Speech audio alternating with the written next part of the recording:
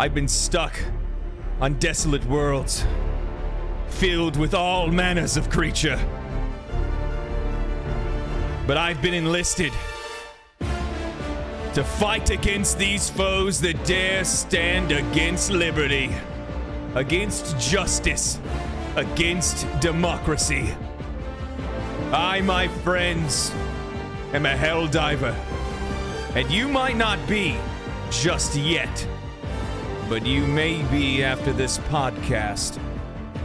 Mark, my friends, everyone I've been able to gather have been fighting in this effort, doing everything that we can,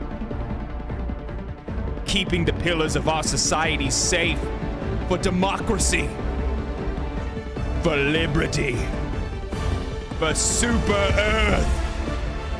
So join me today, my friends, as we talk about all things video games. And boy, do we have a lot to talk about. I'm suffering from lack of sleep due to the fact that I've been playing this game a little bit more than I probably should, but that's fine.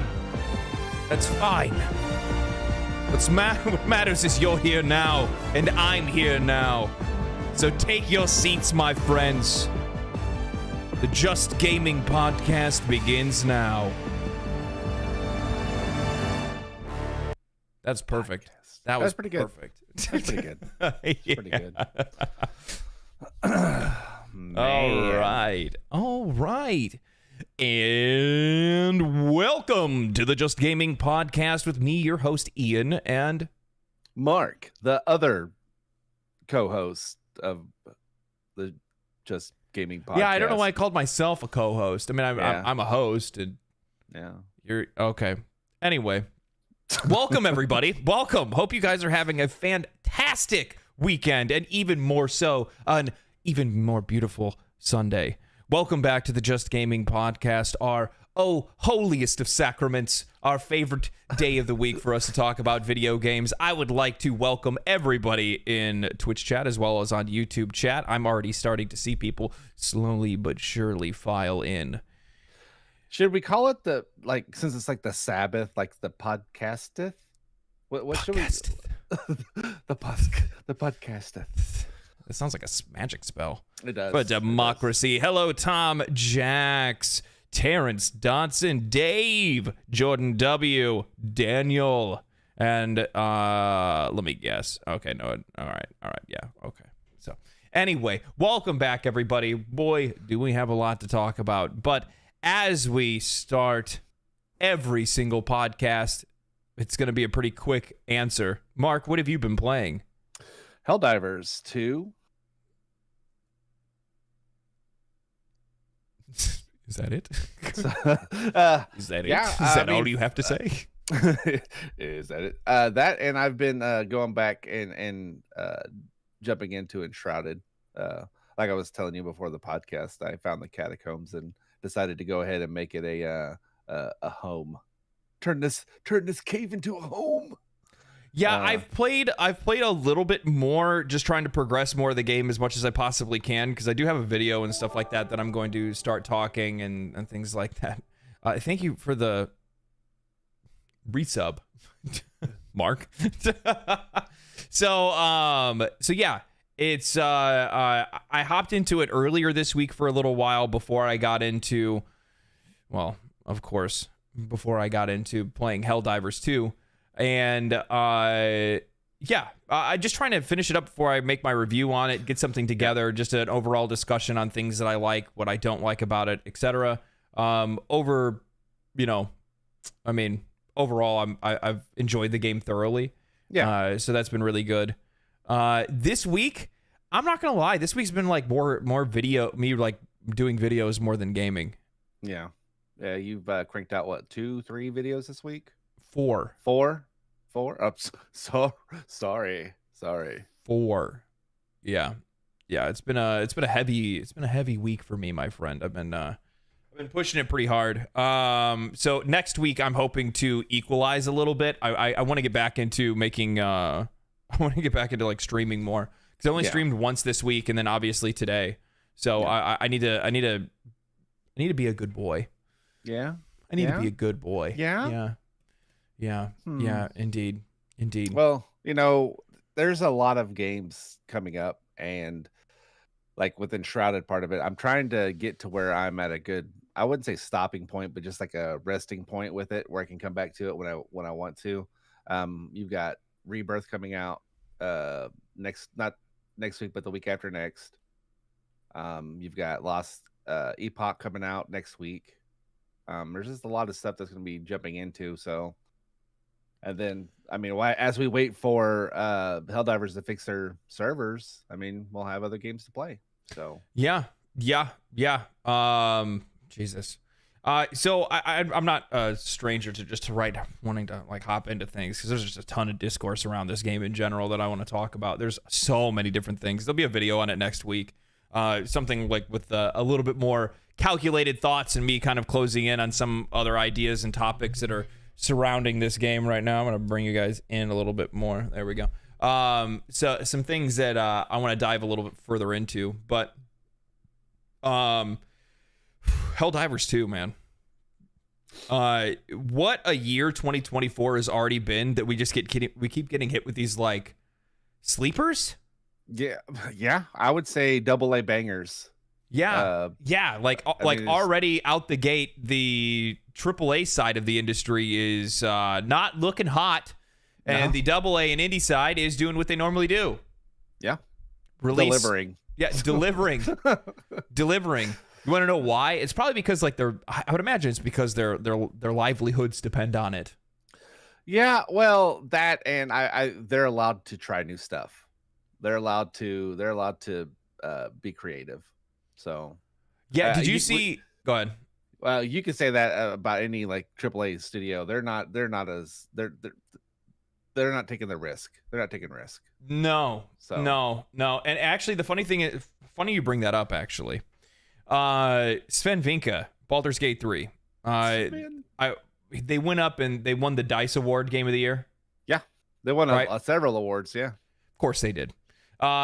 So one of the things that he talked about at that was, we don't have shareholders, but if we did, we wouldn't think about them.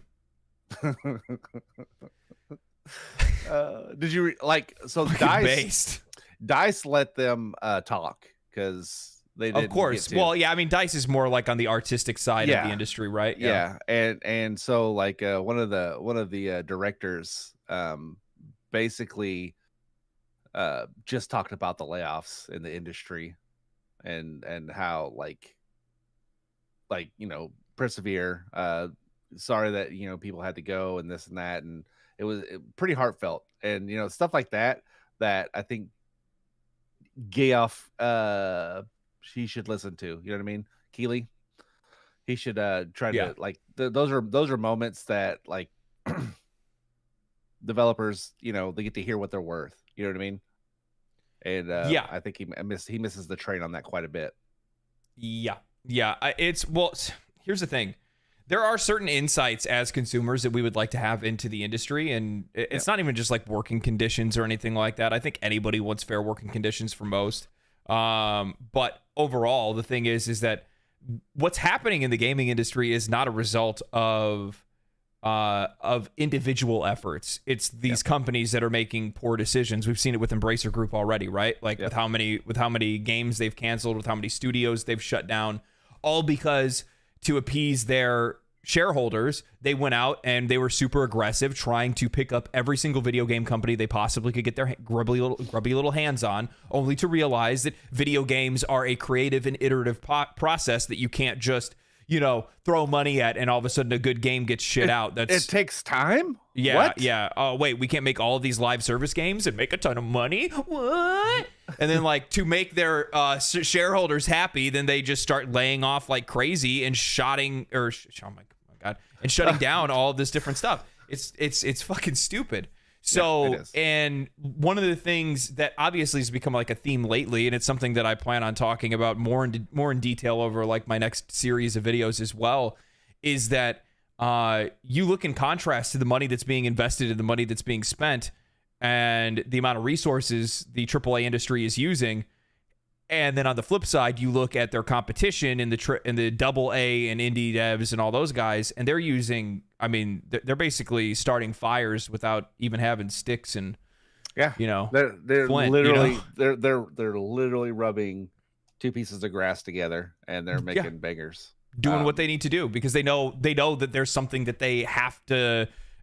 They won't succeed as a studio, so without that struggle, I think, and that investor money to lay back on, I don't know, man. It's just fucking weird. The thing about Helldivers and Palworld, they made those games fun, and that's the big thing. They're fun. Are they flawed? Yeah, but they're fun. They're a fun game. It's like neither one of them takes themselves too seriously.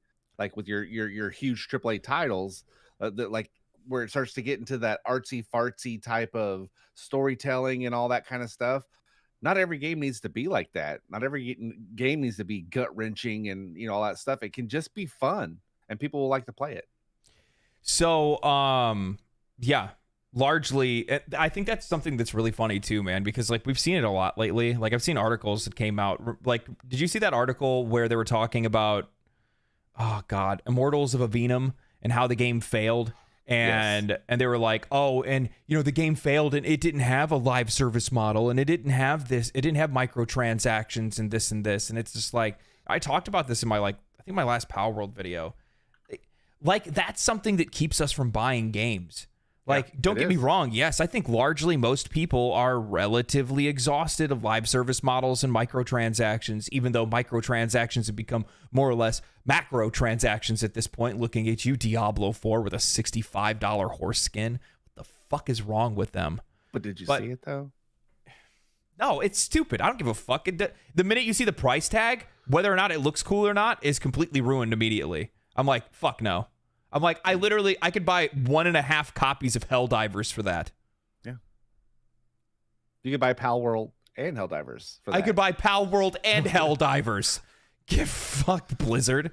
So it's one of those things where, there's this weird misconception that I just think that in general, there is a disconnect between the desires of the industry and it not aligning with exactly what players' tastes are today. Yeah. You know what I mean? Yeah. And like I saw somebody make a comment recently where they were talking about like art in video games and like how, female character models have changed in Western video game design. And I don't necessarily think that I don't think that their art style or their choice with those models is necessarily wrong. I just think it doesn't suit the taste of the audience that they're trying to sell it to. Man, yeah. You know what I mean? Yeah. No, that's true. I mean, it's super nuanced though. You know what I mean? Like, yeah. Like, is it political? Is it social political? Is it? I don't think it matters. I mean? But I'm just saying, like, of the change. It's yeah. But you're right. They're not selling the right seasoning for the ramen that they're trying to sell. Yeah. If I was to simplify it, like very bare bones, and just say it like this.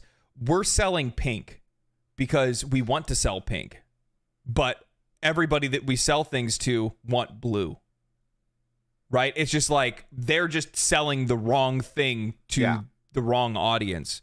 And like largely that's why I even said before, like a lot of the things that a lot of these developers, I don't even think they're bending over backwards to sell to people necessarily that don't buy their games in the first place. I think that they believe that their audience is people that don't buy their games. Which honestly, you know what? That's becoming very true. That's becoming true. That's becoming very true. The F did you make this game for? Yeah. Exactly. No, that's well worded. Yeah. No, it's that adage of, if you try to make everybody happy, you're going to make nobody happy.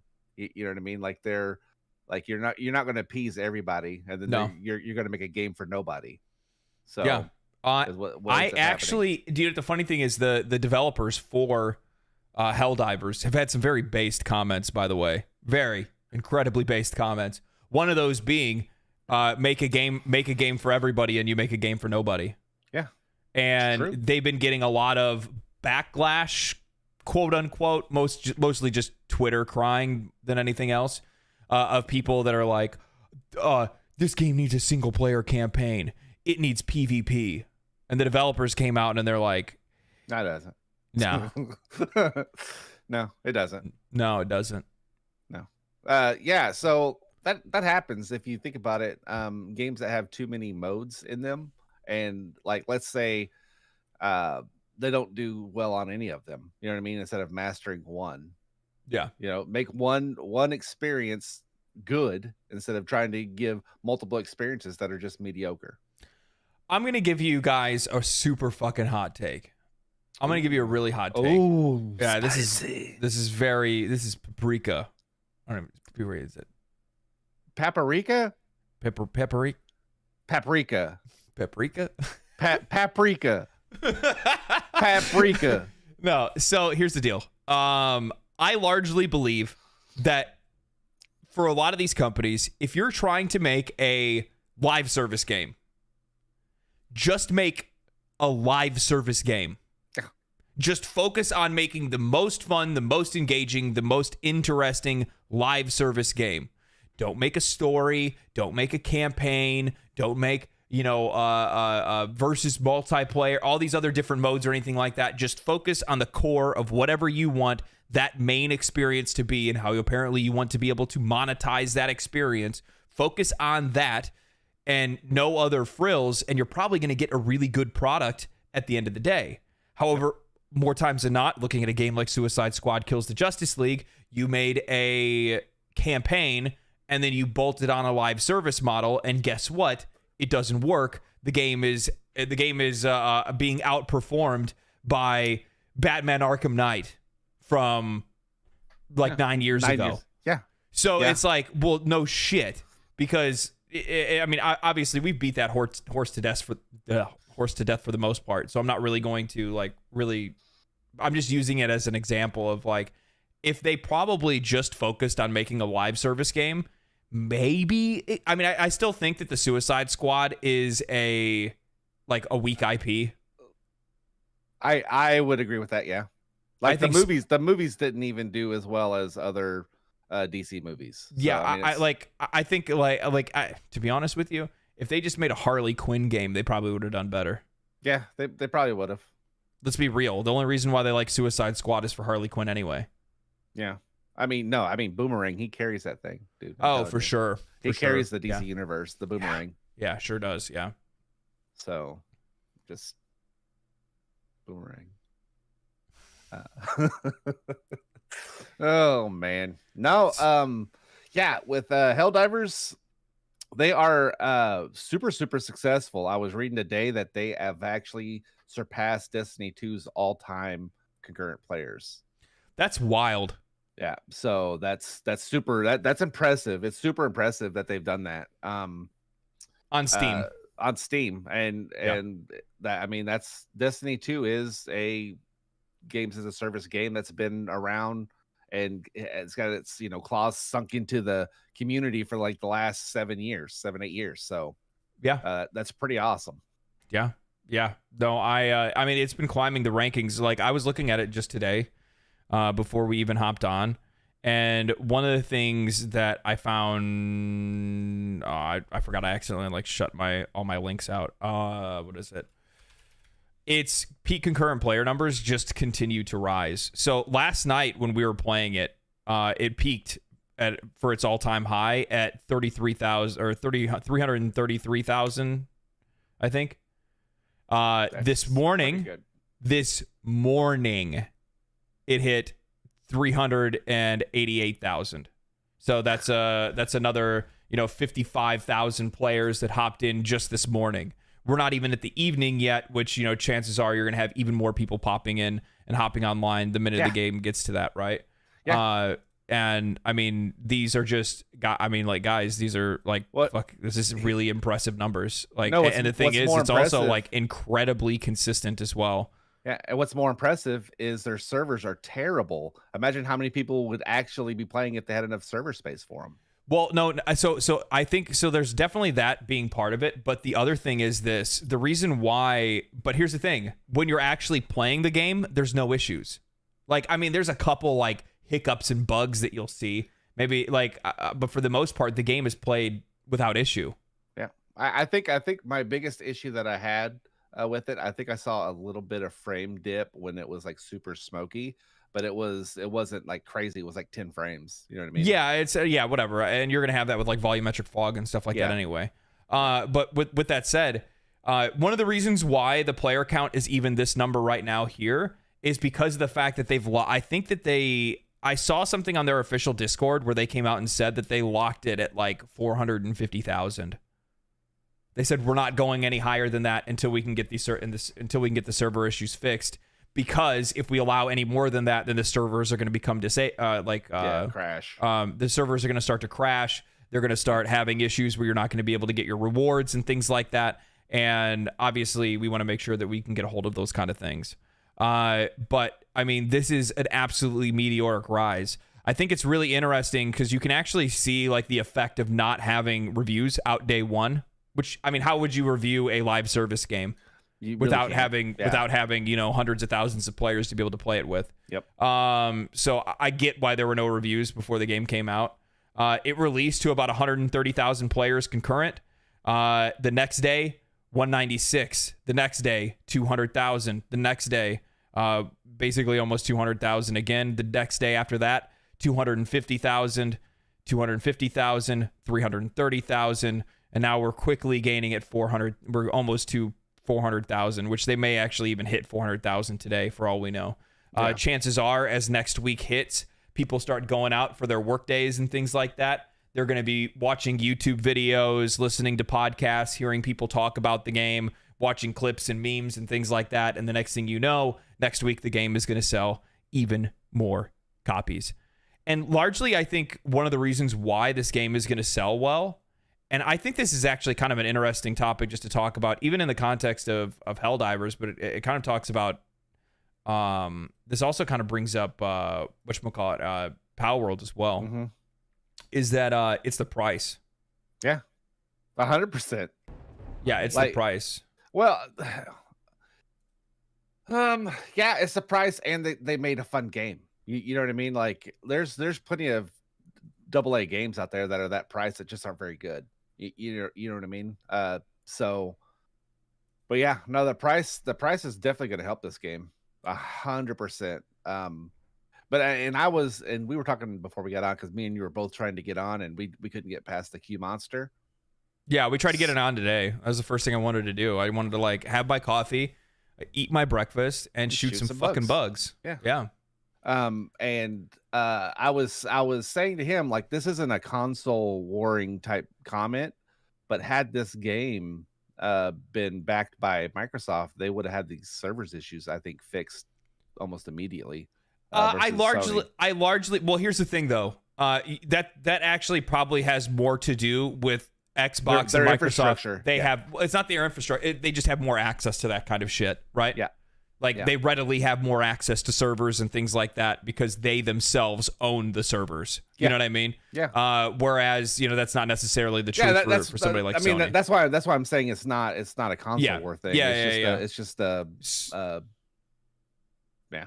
So, but the reason why I was bringing up the prices is that, a topic that you and I have talked about, I brought up in a couple of videos. It's something that I haven't really discussed in full detail yet. However, I keep bringing up this idea that, especially as these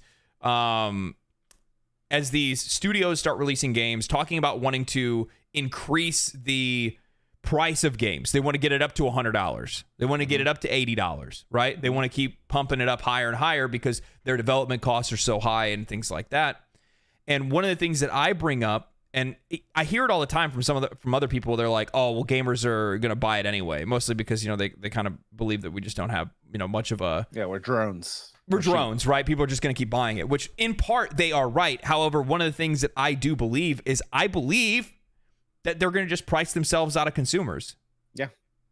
And you look at a game like Palworld, and you now look at a game like Helldivers, and people are much more likely to buy a game like this because it's only $30 or $40. So at $30 or $40, if the game is good, even if it has a couple of problems, even if it's, and the issues that this game faces are, non-existent in my eyes. Like, yeah, the server thing sucks. Whatever, that'll be good. That'll be good by the end of next week anyway. It takes time. Final Fantasy 14 went through the same shit. People couldn't get in to play it when they had their last expansion, Endwalker. This happens with all kinds of games, so we can't pretend like this is some, like it's a freak occurrence more than it is anything else. Sometimes games release to a double A developer that is just not prepared for the game to go viral. Yep. Simple as that. Yeah. That's what happened here. So for people crying, and I've seen it all over Twitter, this is bullshit, and they're crying about Sony. Sony ain't got shit to do with this. So it's not their game. They don't own the game. All they did was just buy exclusive rights for it and help fund the project. They're not the ones that are developing it or running the servers, except for maybe over on their own side for PlayStation. But on the PC side of things, this whole thing falls on the developer, and they're just not prepared because it's their first time having a game get this big. I just saw in the chat someone said Microsoft should buy them. Microsoft should stop buying anything before they start. They need to put out some quality games before they buy another studio. Let's just call a spade with spade. Put out a quality game before you buy something else. Oh, don't even trigger me. Don't yeah, you're about to trigger a raid boss by saying Xbox should buy them. You know what Xbox should do? Xbox should shut their fucking mouth. That's what they should do. going on to an interview and saying, I don't understand who in the industry it helps by Helldivers being exclusive to PlayStation and PC. I don't know who it helps it not being on Xbox. Fuck off, Phil Spencer. You fucking dumb bitch. These guys have... Man, this shit pisses me off so much. It pisses me off so much. Like, these CEOs have the memory of a fucking goldfish. Like, are we just supposed to forget that you guys also have Palworld as an exclusive? Where were you guys at saying, we really want to do our best to bring Palworld to PlayStation? Get the fuck out of here. Bullshit. Bullshit. Where was that energy with Palworld? Where was that energy with Starfield? Though, to be honest, I do feel like Sony fans got lucky on the fact that it didn't come over to PlayStation. But like, where was the energy with that?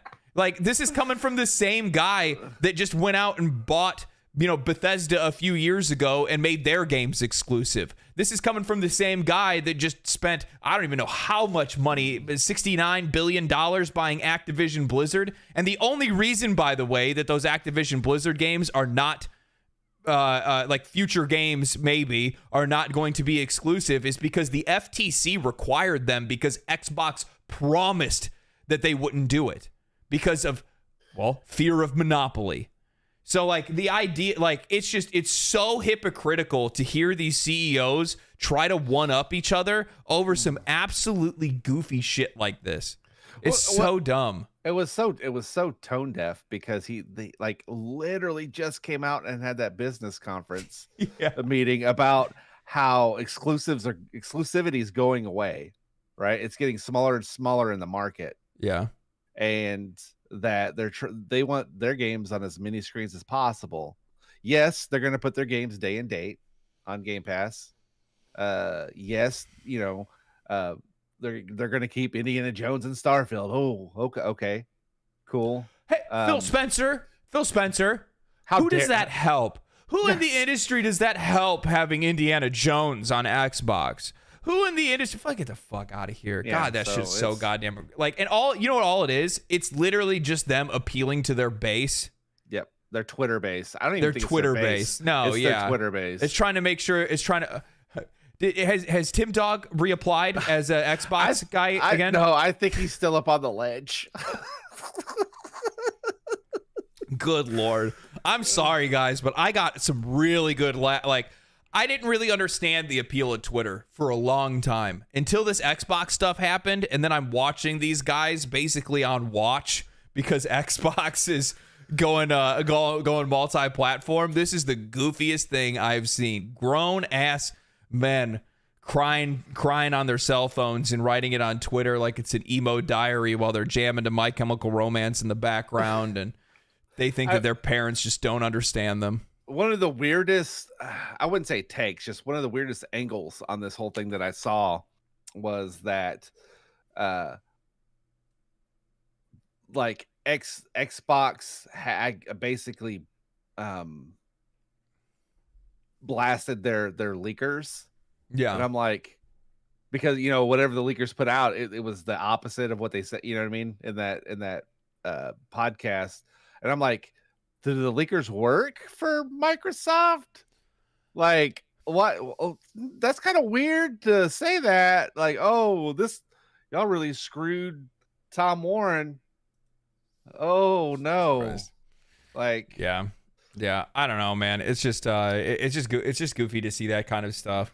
Also, so again, going back to the conversation that I was having before, I do largely think that a lot of these companies are going to price themselves out of consumers, and largely one of the reasons why some of these like AA, single A, triple A, not triple A, but quadruple, independent games, indie games as well. The reason why they're doing so well is because they're priced competitively.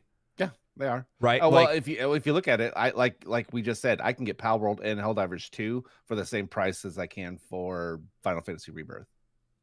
Yeah, I can get Pal World and Helldivers 2 for the same price that I can. Well, do you know what the funny thing is that like I don't even think like video game prices today are really all that bad. The whole like $70 thing. I mean, like I mean, value proposition aside, it's a better deal, right? Yeah. Skull and Bones, the quadruple A game, that's $70, right, and a live service. Mm-hmm. Look at the value proposition between that. I could not buy a piece of shit game and instead buy 2 great games instead for the same price, if not cheaper. So yeah, I do feel like that's part of it, but I if I look at a game like Final Fantasy VII Rebirth, would I say the game's going to be worth $70? Yeah.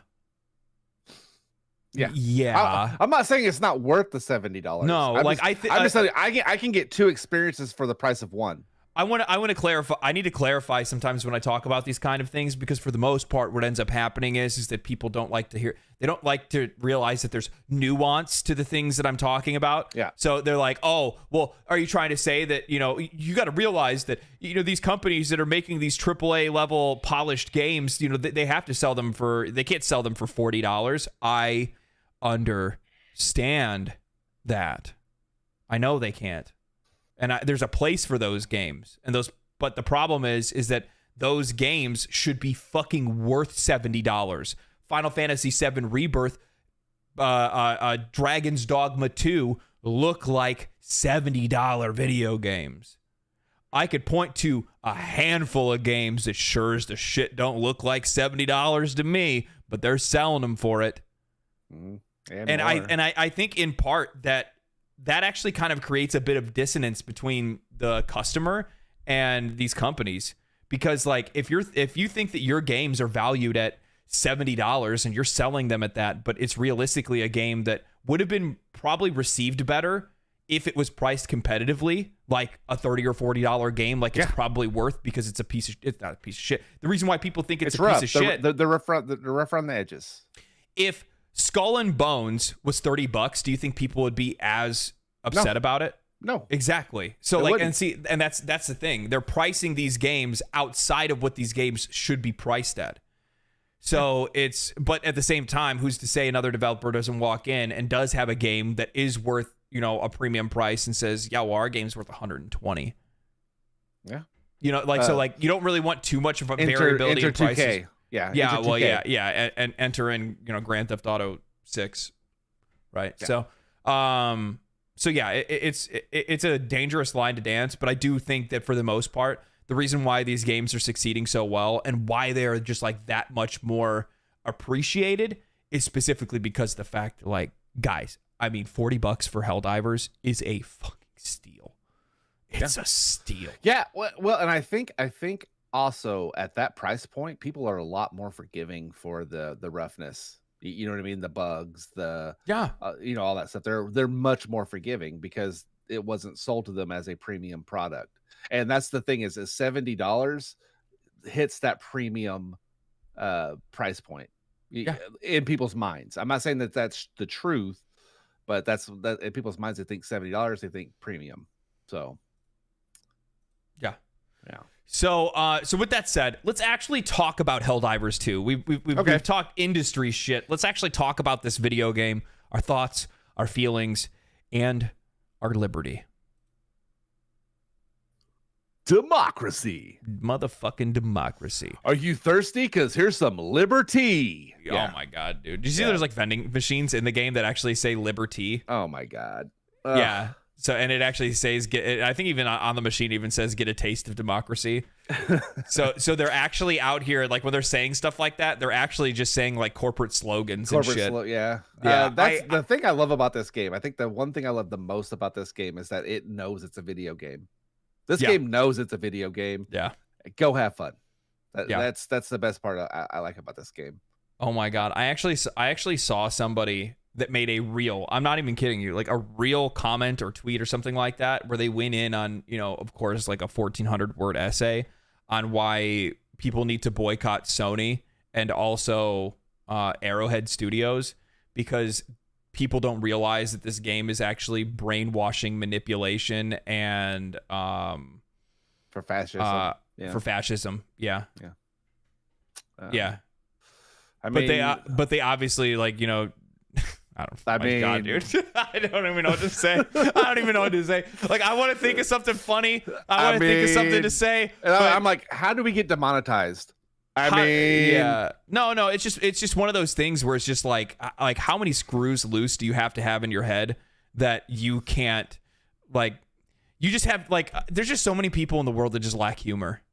Yeah, no, it's true. Where it's just like you talk to them and you're like, God, you're a blast at parties. And they're like, no, I'm not. Why?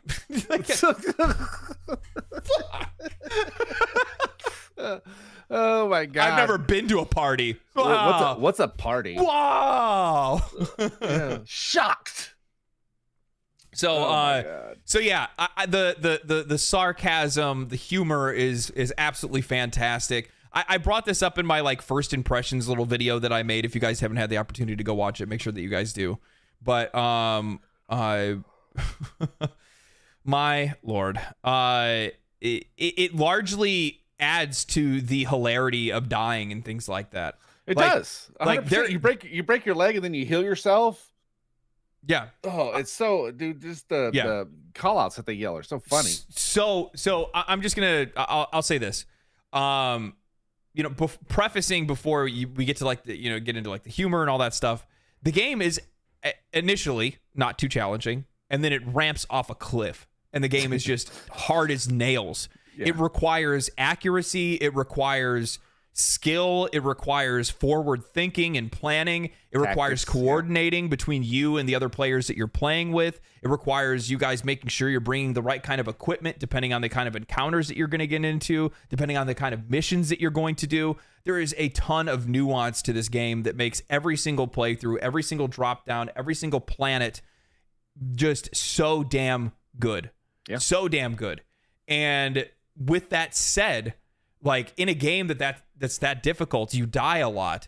And normally in a game like this, where we would end up like, I don't know, we're all just like teabagging inside of this like garage. I'm just like seeing that on the screen right now.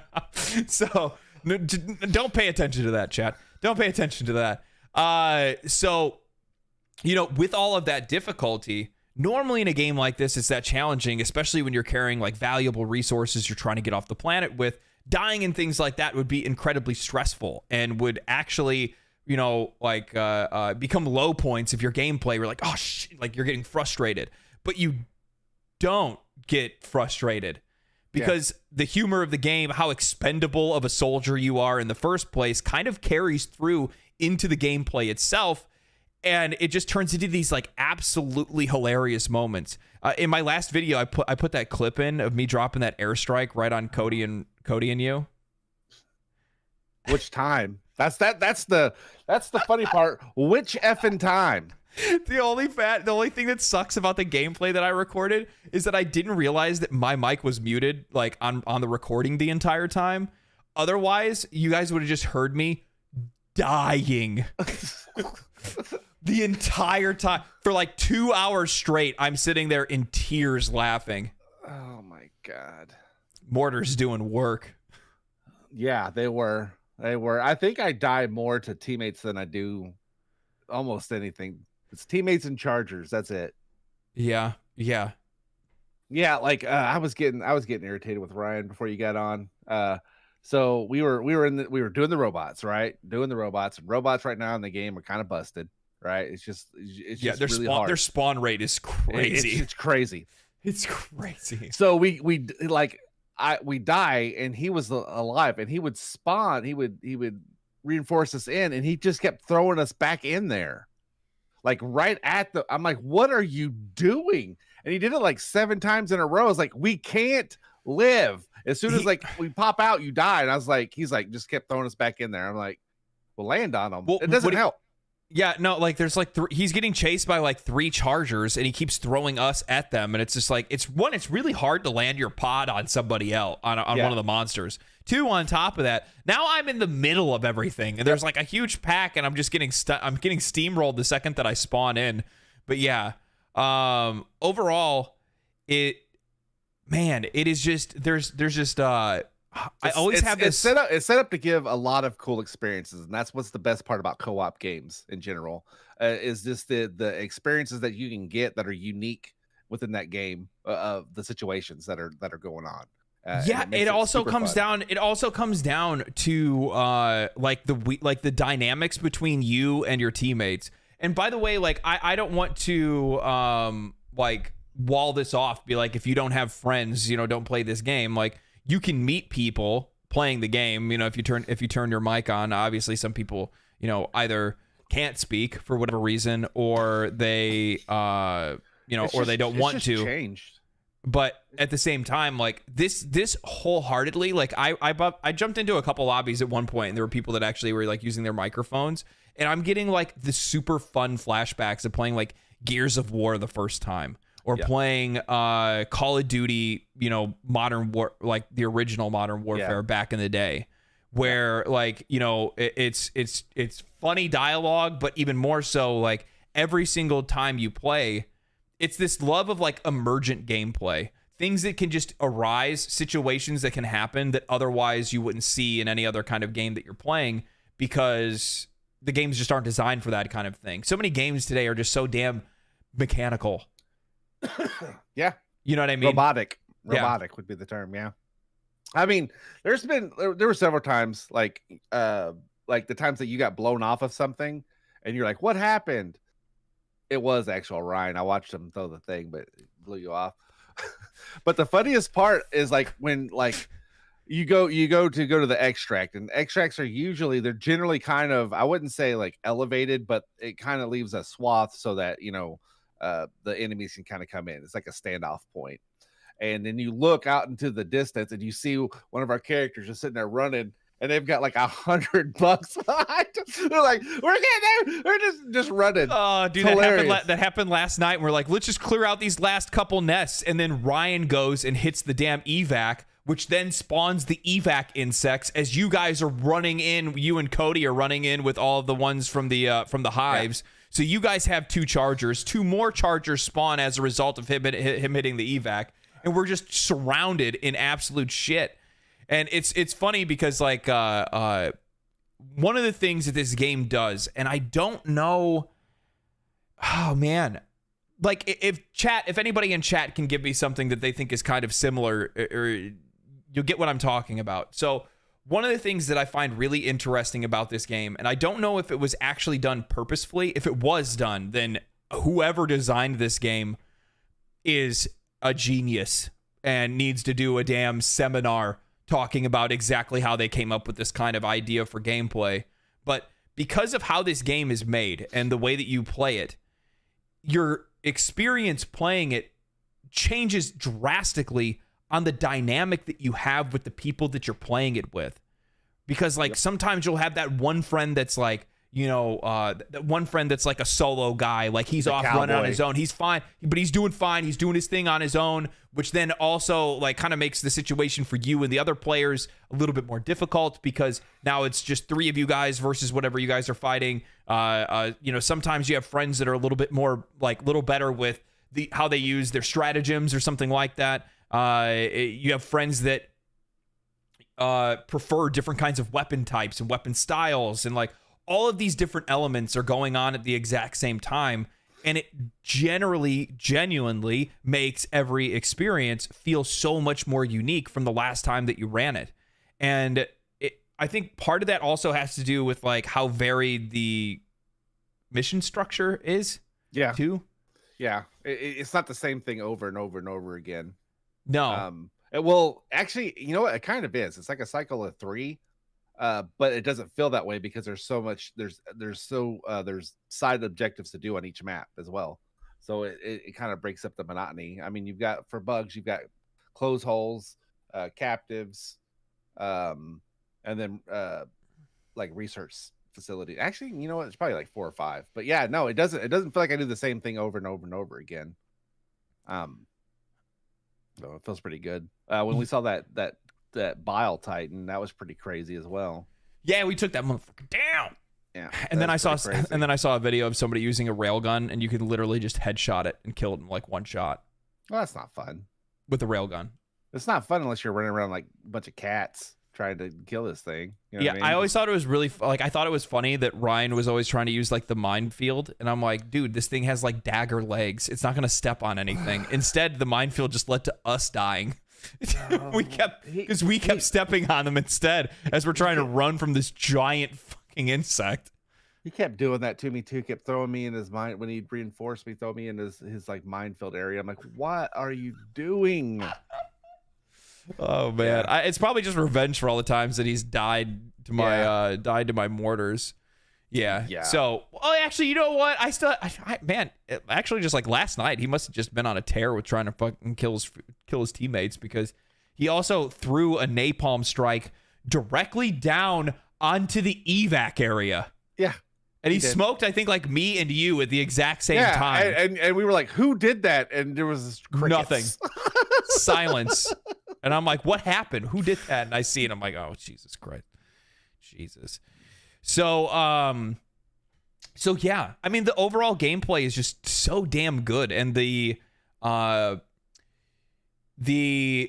loop itself, I think, really deserves a lot of recognition, because even though I think at first glance, if you just like write down on paper, you know, what the mission structures are like, nothing ever feels the same, because there's a different way of doing things in the first place. And a lot of the stuff is optional. Yeah. Like, yes, there's evac missions, there's destroy the nests, there's kill the brood queen, there's, you know, stuff like that. But then chances are you drop on a planet and you're like, we're going to go. You haven't seen yet. We're just going to run around and start looking at whatever else we can look at. Start messing with all kinds of different stuff. That was the first time I ever saw that like mushroom tree that you guys were talking about, the one that like smoked out the area. Mm-hmm. So there's a lot of really cool elements like that to the game, and I'm just surprised with how different every single drop feels. Even though, you know, it's not that I don't even think there's really like, I don't even think the gameplay loop itself or the mission structures themselves are even all that limited either. Like there was also that one that we did with the satellite dish. Oh yeah. Like getting the hard drive, taking the hard drive all the way across the map, installing the hard drive, powering the console, then having another player, and you guys actually have to coordinate together, where one guy goes kind of across the map to adjust the satellite dish, and the other guy has to stay where he is and direct the other. Yep. That's cool. I love stuff like that. Yep. I love stuff like that. Yeah, it's man, god dang, it's just a lot of fun. The only thing, like I said, that's frustrating is when you can't play it. You know what I mean? To be honest. Well, with you, for me. The thing is you can't play it. Like we were sitting there when I first started playing with y'all. None of the accolades were working, leveling up. Yeah. None of the stuff was working, but I didn't care because I was having fun. Yeah. You know what I mean? Like it didn't matter. Yeah, I think remember so long ago now. Oh my god. There was a video that I made quite a while ago. It was like six months ago, I think now. Baldur's Gate 3 was a wake-up call. And in that video, one of the things that I brought up is the industry's obsession with always trying to direct our attention towards the polish of a game rather than the overall quality of the experience playing the game. Substance, Yeah, so like one of the things I brought up was like, look at a game like Elden Ring. Did people like Elden Ring because Elden Ring played well? No, people liked Elden Ring because it had the best graphics or because all this other. No, people liked it because they enjoyed playing the game. Yeah, they had a lot of fun playing it, and they felt like their money their money and time was valued when they bought the game and they played the game.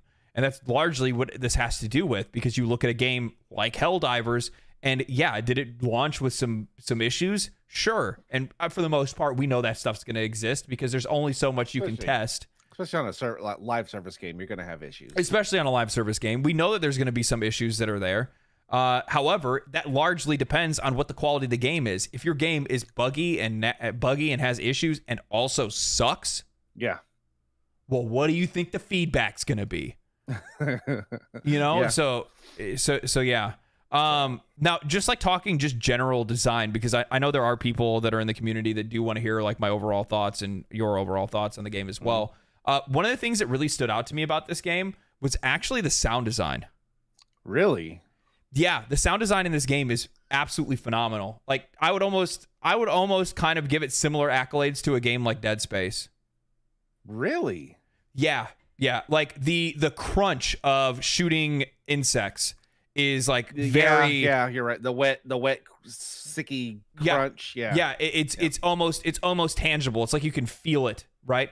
When you drop a nuke, that is the shockwave. The shockwave you hear and like it feels like it's happening. It feels like you're there and this thing is going on. So stuff like that is really good. Same thing goes for the audio design on all the weapons. All the weapons have very unique sound design as well that feels like very natural to that specific weapon as well, which is something that I really enjoy. I thought their terrain and their mapping for a game like just like a, I guess, what would you call it? A scenario situation, probably. What do you mean? I guess it's like, because you're just being queued to a certain area. It has a boundary. Yeah, an instance. And I thought that their map, the terrain, just the way they did everything, everything flows. It feels like a real world. It's not like a flat plateau to where it's just you're running across the deal. It's actually you're having to navigate a little bit. Surprisingly, it looks, those environments look really good too. Like some of them are stunning. I mean, some of them are less than others, but some of them are super stunning. Yeah. Luckily enough, they didn't take any inspiration from Bethesda. What do you mean? What do you mean? Like, what do you mean? What? There's not 800 potatoes to pick up? What do you mean?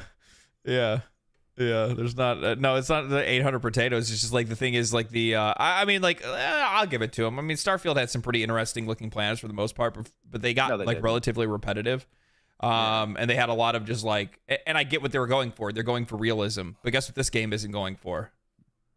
It's realism. Going for being a video game. That's what it's going for. Yeah, it's going for being a video game, which is incredibly important, and that's what adds to a lot of this stuff. Because when you have a game like this, and there's one of those bug planets. It's like pink and purple, and like flowers and stuff all over the place and whatnot. Like it's really interesting design. And then some of them are like a place like this one where there's like lightning in the sky and there's dust bowls and bowls and yeah. And then obviously, weather can also play an effect as well. I don't know what to say. I think just like the overall design, there's enough variation that it keeps every single drop feeling fresh. And I love that. I love it because of that. And there's also like different environmental hazards for each area as well. Yep. So I think that's really interesting. Like I'm pretty sure that these jellyfish can shock you. I felt like they could, but I don't know. I kept getting hit by something, and I don't remember what it was. I think another one of the key things that I like about this game is the fact that as you progress and level up, you can synergize your builds. If you're working with a team that communicates, you can synergize your builds on whatever boost mods, for instance, that you use. Like one person can have the mod that gives you full ammo and stems. The other one can have the one that for stamina. The other one can have one for the broken bones. Yep. Whatever. And it's not even that; it's your stratagems too. Like that's one of the things. Well. That's one of the things. Like we didn't do last night, but I mean, to be honest, when I got on, it was like 1:00 in the morning when I hopped on. You guys were still fucking no lifing the game at that point. But with that said, one of the things that like I would like us to do the next time all 4 of us go to play is I like us to try to coordinate what we're bringing with us. Yeah. You know what I mean? Like stratagem wise. Yeah, well, I was running ammo pack for a long time.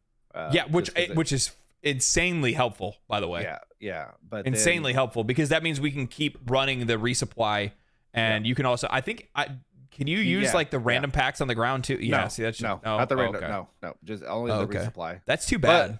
But like I said, I can also call in another backpack. You know what I mean?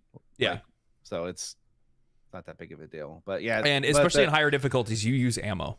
But that laser drone is way too good. The guard dog is so damn good, man. But I think you don't really need it as long as you're running with a couple people that have it. I don't know, when we threw 3 on to stuff, we kind of tore through some shit. Yeah, but it also cut a couple of us in half. Yeah, well, you know what? Don't get. You know what my least favorite part? Cody's bad about it. You're bad about it too. Is we'll be going into a fight and you have no awareness of what the other person's doing because you're in what you're doing. So you'll run back to go around something and just cut somebody off with the laser. Like I was getting so mad at Cody. His laser was just on his drone, was just hitting me. I'm like, what are you doing, dude? He's just like running around like this. I'm like, oh, man. Yeah, and the laser's just like all over the place.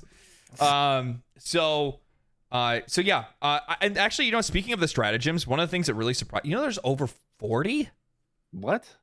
There's over 40 there's like so many different variations and types of stratagems and stuff like that you have in this game. And from what I understand, and from what I understand from a recent interview with the CEO, they plan on releasing new weapons, new stratagems, new passives, new gear every month. New plan. Obviously, the planets to fight thing is really interesting because, like, technically that just has to do with our war effort. Which then, like, what a really cool and interesting and engaging live service loop that is. Like, it's the dream loop of live services. That it is a common effort that we are all pushing together so that we can get access to other planets and other worlds in different scenarios. And I would I would take the bet that once we cross over into these next tier of planets, once we can actually push the Terminids back or push the robots back, that there's a really good chance that there's probably some different scenarios and things like that for us to play. That would be pretty cool. It just depends on how they do it. I mean, they've sold a lot of copies. You know, they made some money, so let's see what they invest back into it. Yeah, which I think for the most part, I think their first game they supported it pretty well.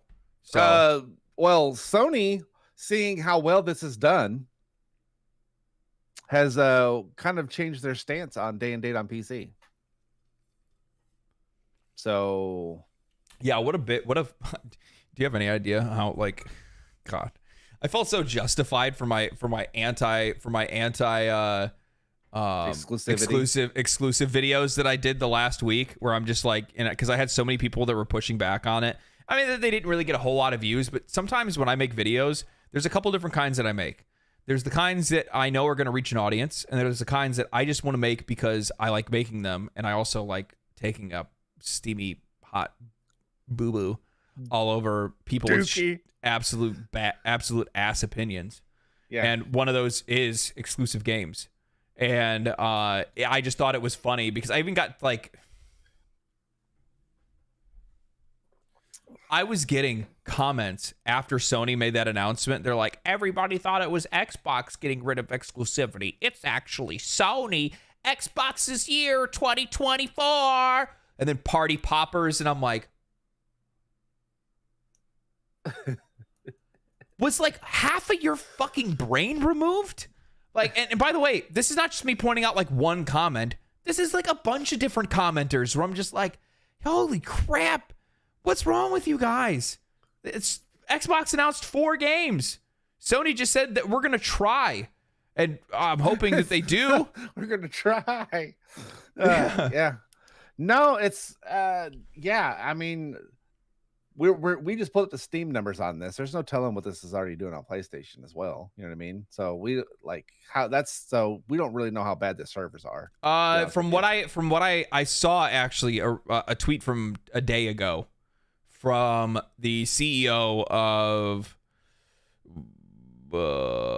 Arrowhead, the Helldivers studio. The CEO came through and he was like, "Hey, we're at about like 550,000 concurrent players in total." That's pretty good. So they're, and that's not including today. Today rose like almost another 100,000 concurrent on Steam, which that means there's a good chance there's another, could be probably, I think it's it looks like it's like 3-1 PC to PlayStation. Okay. Yeah. I'm going to answer Anthony in the chat. He's getting a little twisted on PC games. The majority of PC games, like PC only games, generally don't go to console and have it notoriously in the past is because of lack of keyboard and mouse support on those consoles beforehand. There aren't a whole lot of PC only games anymore. Yeah, actually, do you know what the funny thing is that I actually have seen this pushback before. They're like, well, why don't we talk about PC exclusives? PC's not fucking paying for exclusives. These developers are just making the choice to pick the platform that they think is going to play their games the best. They're just making it on PC because they probably can't afford to make it on PlayStation or Xbox, because most of these PC-only games that you guys want to fucking cry about, guess what? Are indie or independent studios that don't have the fucking money to be able to put them on other consoles. Yeah. How fucking brain dead do you have to be? Think about it for a second. Go pick out your PC-only games outside of MMOs, which those ones we actually should be pointing the fingers at and be like, what the fuck is wrong with you? Actually, I shouldn't say MMOs because, well, Final Fantasy XIV is on Xbox, going to be on Xbox. It's on PlayStation and it's on PC. World of Warcraft, they've been sitting on their fucking coffers for God knows how long. It's coming to console. PC exclusive. Talk about a dumbass fucking take. Holy shit. I've seen that so many times, and that stuff has aggravated me to no end. I'm like, look to see what those games are. Look to see what they are. Most games like that can't even play on a fucking console to begin with. Either they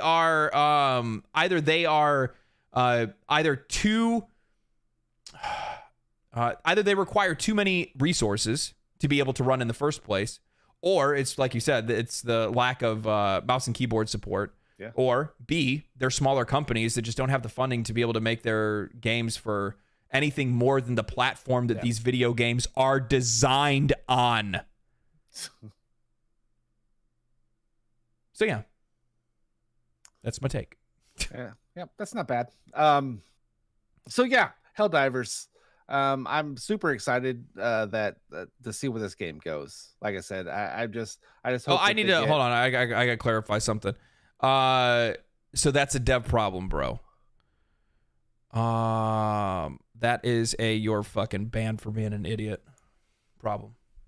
Continue. So God damn it, you just took me out.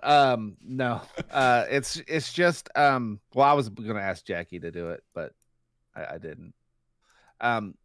Yeah, so I'm hoping to see where this game goes. Hopefully that they stick with it with its success. But it won't hey, it's live, people. Hey, baby. Shit happens live. Shit happens live. We're gonna do it live. You was faster. Hey, man. Hey, I'm the fastest gun in the West, I'll tell you what. Yeah, so I'm curious to see where it goes. I'm hoping that they still invest into it and don't try to I hope it evolves and doesn't just stay the same. Don't get me wrong, I think the game loop's fun as it is, but like I said, eventually I'm going to want to eat cinnamon toast crunch instead of Cheerios. You know what I mean? So it's going to have to add some extra flavor to it eventually, but I'm hoping that they do the right thing and take care of it. So yeah. No, and Sony will be buying that studio, guaranteed they'll buy that studio. Oh, here's the thing. I brought this up earlier. This whole thing that we have going on where, Xbox bought Activision Blizzard. If you guys don't think that Sony does see the future as well of being a third-party publisher instead of just being a platform developer or anything like that. Like, of course they see it that way. And they now realize that Xbox just got to be the biggest third-party publisher, technically, in the entire gaming industry, which now makes both them and probably even Nintendo as an extension feel a bit threatened. And guess what they're going to do? They're going to start buying. And it's like, and the people that were sitting back and they were cheering this on like a bunch of fucking cheerleaders. And it's like, do you guys realize what the future of this means? This means that these companies are just going to keep buying every studio that we've grown to love, every game that we've grown to love, to the point where we are going to be in a position in which we may not be able to have access to some of these games because they are going to need to motivate us to come to their platform in the first place.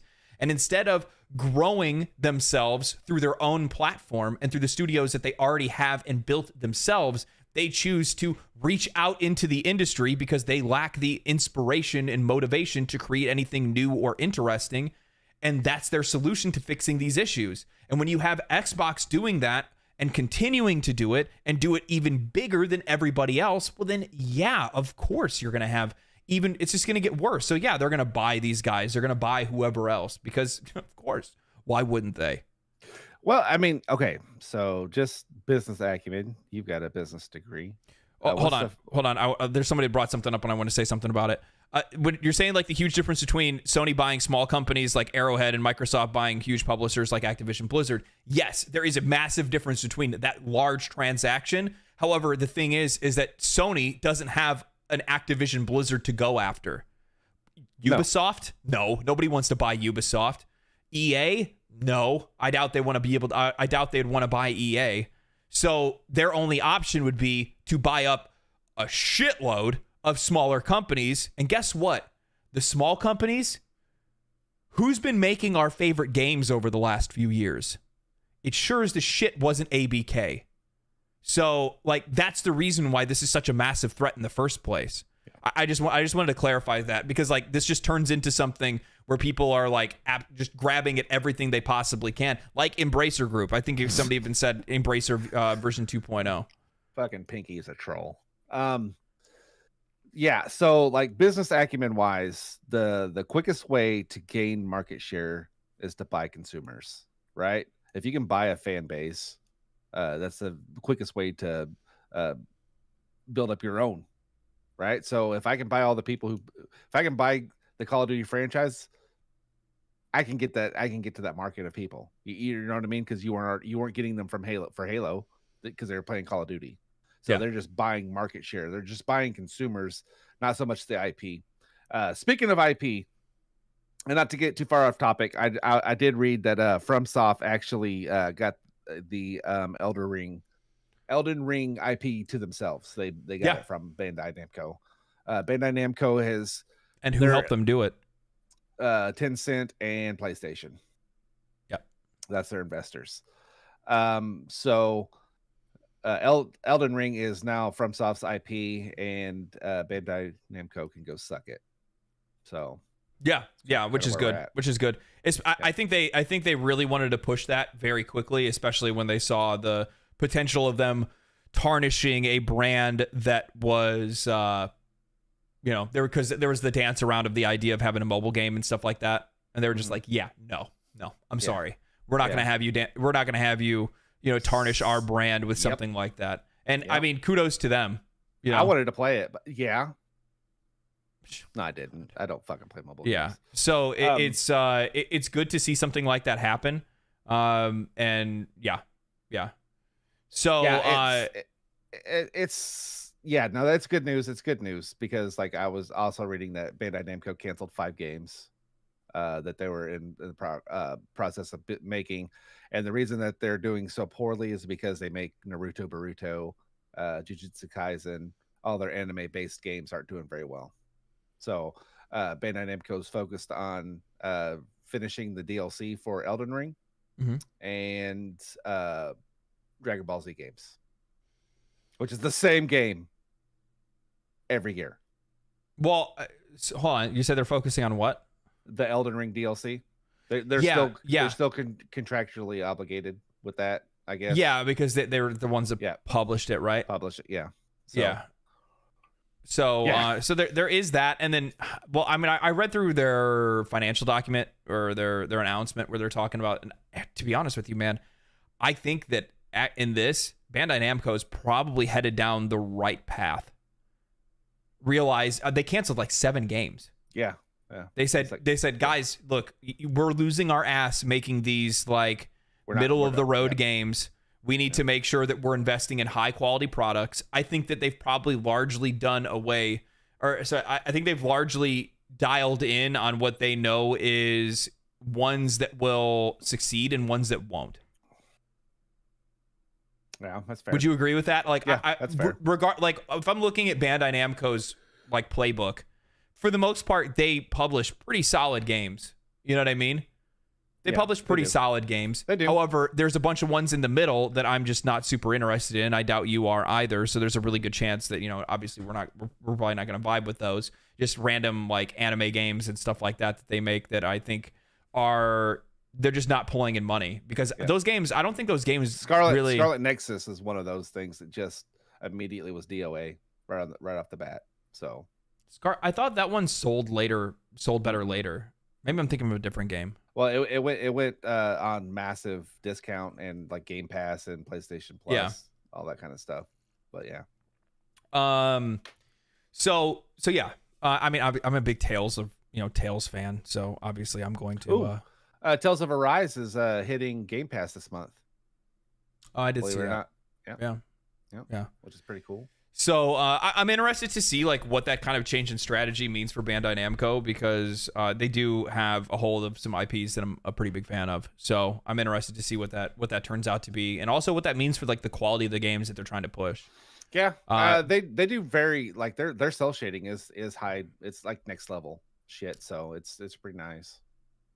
Yeah, I think that man, how do I think the main reason why Bandai Namco is having an issue right now is because of, I hate to say it, Blue Protocol. You think? It didn't take off in Japan the way that they wanted to. It's not fully baked. And then on top, I think it's a double-sided issue.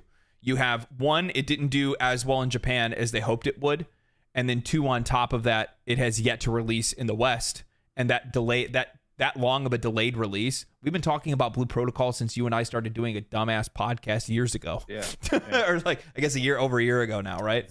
So like, yeah. So the thing is that like, there's man, that's a long time. That's a long time. And with that said, if the game's not doing that well in Japan and they're still not releasing it over here in the West, and the other problem I have with it as well is like they haven't even tried to even do any like outreach or hype in the West either. Like it's been dead. I tried to look up news on the game, nothing. Nothing. Yeah, that's bad. So like outside of like the news of Japan, but so far as like news within the West, nothing. So like Amazon's not even trying to talk about it. And to be honest with you, many people are pretty down about the game to begin with anyway, because they learned that Amazon was going to globalize and censor it for Western tastes. Basically, they took out the boob slider. The boob and butt slider. Like, they removed that. Why do they think like Western taste, we like boob sliders and butt sliders. Bro, this is a weeb game. Like what? It's an anime MMO. What are you doing taking that stuff out of the game? Who are you making it for at that point? People that aren't going to play it. Yeah, good luck with that. Exactly. That's what I'm saying. Like, okay, good luck. Sure, I don't think that's probably the best thing to do. Good Lord. It's the best part of the game. My God. Imagine how well anime would be doing in the West if all of the anime we had was like completely like flat and censored. Oh, it'd be so good. Yeah, so good. We'd all be really enjoying it so much. So much. So much. So so finishing off with Helldivers 2, overall game is super good. If I had to give you guys a TLDR, do you think I should buy the game? If you have people to play it with, 100%. If you don't, but you're also relatively social and like to talk to people with an open mic or tab, if you're going to be on your mic, yes. The game is very difficult if you're playing with people that don't use microphones and don't communicate with one another. And impossible solo. And it is impossible to play solo. I wouldn't say impossible. There's going to be people that are making YouTube videos that are like, I'm playing on insane mode solo. Like you're going to have people. You're going to have people that are. You're going to have people that are doing that for sure. But with that said, it's not like a solo game. It's a social game. It's a live service game. I highly suggest, if you have friends to play it with and your friends are playing it, get it. Dive in. Buy it right now. I don't know. I'd probably say I'm a little 50-50 on that. Maybe give it a week so that the 2 weeks so they get no, I'd give it a week. It'll be fixed probably by next week. So yeah, but the game is way more enjoyable for friends for sure. Yeah. It'll stagnate if they don't get it fixed by next week. To be honest with you. Yeah. So they're kind of on the hot seat right now on a timer. Yeah. So it'll be kind of yucky. What else do we have on the docket? I'm pulling up the my stuff right quick. We could talk Last Epoch. Okay. I'm good with that. I watched one of their latest trailers for Last Epoch where they kind of showed off like a technical trailer. Mm-hmm. And I think one of the things that I'm largely the most impressed by when it comes to this game is how drastically we've seen things change with this game since we played it in early access over the last couple of years. Yeah, for sure. I haven't seen any of the latest. Are they showing the latest like graphical overhaul that they've done with it? I've been seeing it in their advertisements, so like on the trailers, because obviously they're not going to put the trailers out with the old graphics. Yeah. So I've been looking at the new graphics. I would say it is, if I had to place it somewhere, I would say it is better look. It's obviously not as good looking as Diablo 4, but it actually kind of is because it's more stylized. Yeah. Like it's brighter. It's got more vibrant colors. So. Yeah, it's more vibrant. That doesn't necessarily mean that it's like poppy, like a poppy looking game. Like there's definitely some super dark, gritty, areas and themes to the game. But outside of that, I would probably say like not Path of Exile 2, but just under PoE 2. Yeah, I got you. Yeah, I'm super excited to see. I actually uninstalled the because I imagine it's going to be a reinstall for the launch release. So I'll what does it come out, the 22nd, which is what, Tuesday? Is it 22nd? I thought it was 21st. Am I wrong? It might be Monday. I thought it was the 22nd. Oh, okay. Anywho, doesn't matter. Super excited to play it again. Like I said, I think we talked about last week that I just had an ability that it just would make my guys stand there. You know what I mean? So stuff like that I'd like to get, see them get the kinks ironed out. And this game's gonna be super, super solid. Even though Diablo's hitting Game Pass on the 28th of March, this game's a better game. I don't know if this is on consoles though. I don't think it is. I think it's just a PC release. Unban that guy. He was right. Fuck yeah, you're right. He was right. He got me. He got me. He got me. Never mind the fact that this game is made by like 15 people on Reddit. Jesus Christ. Jesus. I am excited for PoE 2. I'll tell you guys this. I'm not a ban happy guy. I think I've only ever banned like probably at least live. I've probably only banned like 2 people. Yeah, live. Yeah. Live. Live. I'd find you later. No, I probably only banned like 2 people live. And like for the most part, like I like to be able to debate things. Yes. Yeah. But when you start off something with, why don't we talk about PC exclusives then? I'm just like, holy fuck, you're stupid. If I get it that I was probably a little bit aggro on my end, but for the most part, like if you can't see it from my perspective, then I don't need to talk to you at all. See, I do belong on Twitter. You do. I'll figure it out. Well, I mean, shit. A while back, we were talking about you doing your villain arc. on Twitter. Baby, we own it. Like you dipped a toe and you were like, do I really want to? I think it's time. Yeah, the new drama king is waiting to reign. That's what's going to go on. That's what's happening here. I'm just preparing for my drama arc. That's all it is. I'm sure I'll piss off somebody at one point if I haven't pissed off enough people yet. So yeah, I'm really excited for Last Epoch. A lot of the major changes they made, like the graphical upgrades, the trading system. Yeah, the trading system. We talked about that, I think, last week or week before last, something like that. I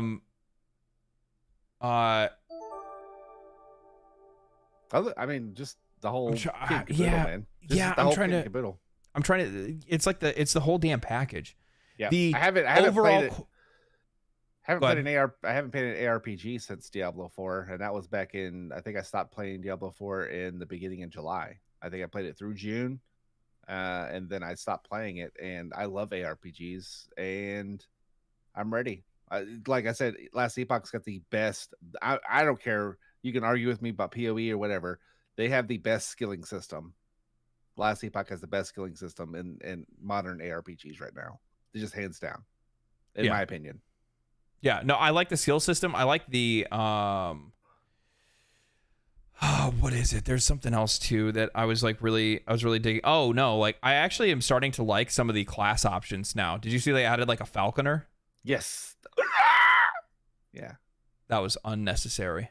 But it was awesome. No, it wasn't. It was awesome. So I saw the falconer, which is like it's a very unique AoE class, which is really cool. So like it's a like rogue a witch doctor. Like it's a rogue, doctor. But it's a rogue. Or it's either rogue or ranger, I think. Okay. So yeah, so I'm pretty sure it's like the rogue. So like that's really interesting to see like a rogue AoE build that's using pets. Like, okay, well that's cool and interesting. So I'm down for it. And they're taking a lot of really unique oh my god, my brain's so fried from all these late nights of playing Helldivers. They're taking a lot of really unique ideas and expanding upon them with Last Epoch in a way that I think is going to make this game far more popular than many people will give the game credit for. Yeah. I think that instead of looking at like Path of Exile 2 versus Diablo 4, I don't even think that Diablo 4 is even a contender anymore, to be honest with you. Just because they're so damn disconnected from what the players' tastes are, from what people actually want, from what a good ARPG actually feels like and plays like. Well, it's like I think this game does a better job than what Diablo did. Diablo did a really good job of being built for casuals. It did a really good job of that. It really is, and that's not a slight on the game. That's just the audience that they went after. This game does a much better job of being accessible for casuals and fulfilling some of the wants and needs that hardcore ARPG players like and want.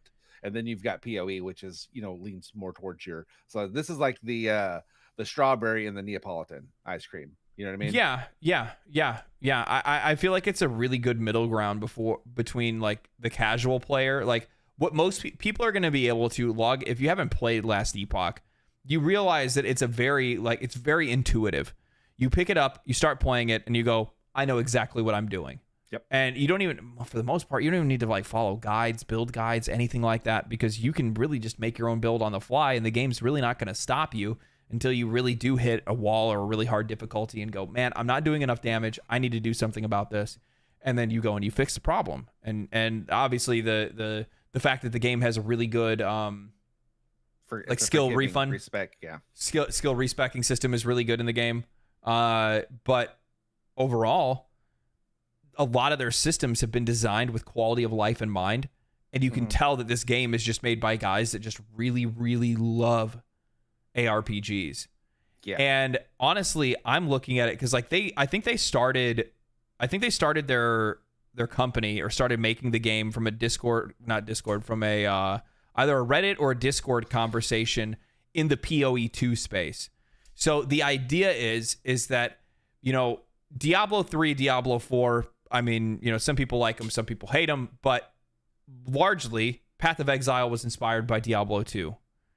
They go and they make a game that they think is what Diablo 3 or the successor of Diablo 2 should actually look like, which ends up being a very hardcore ARPG that's very complex and requires a lot of studying and a lot of nuanced things to understand.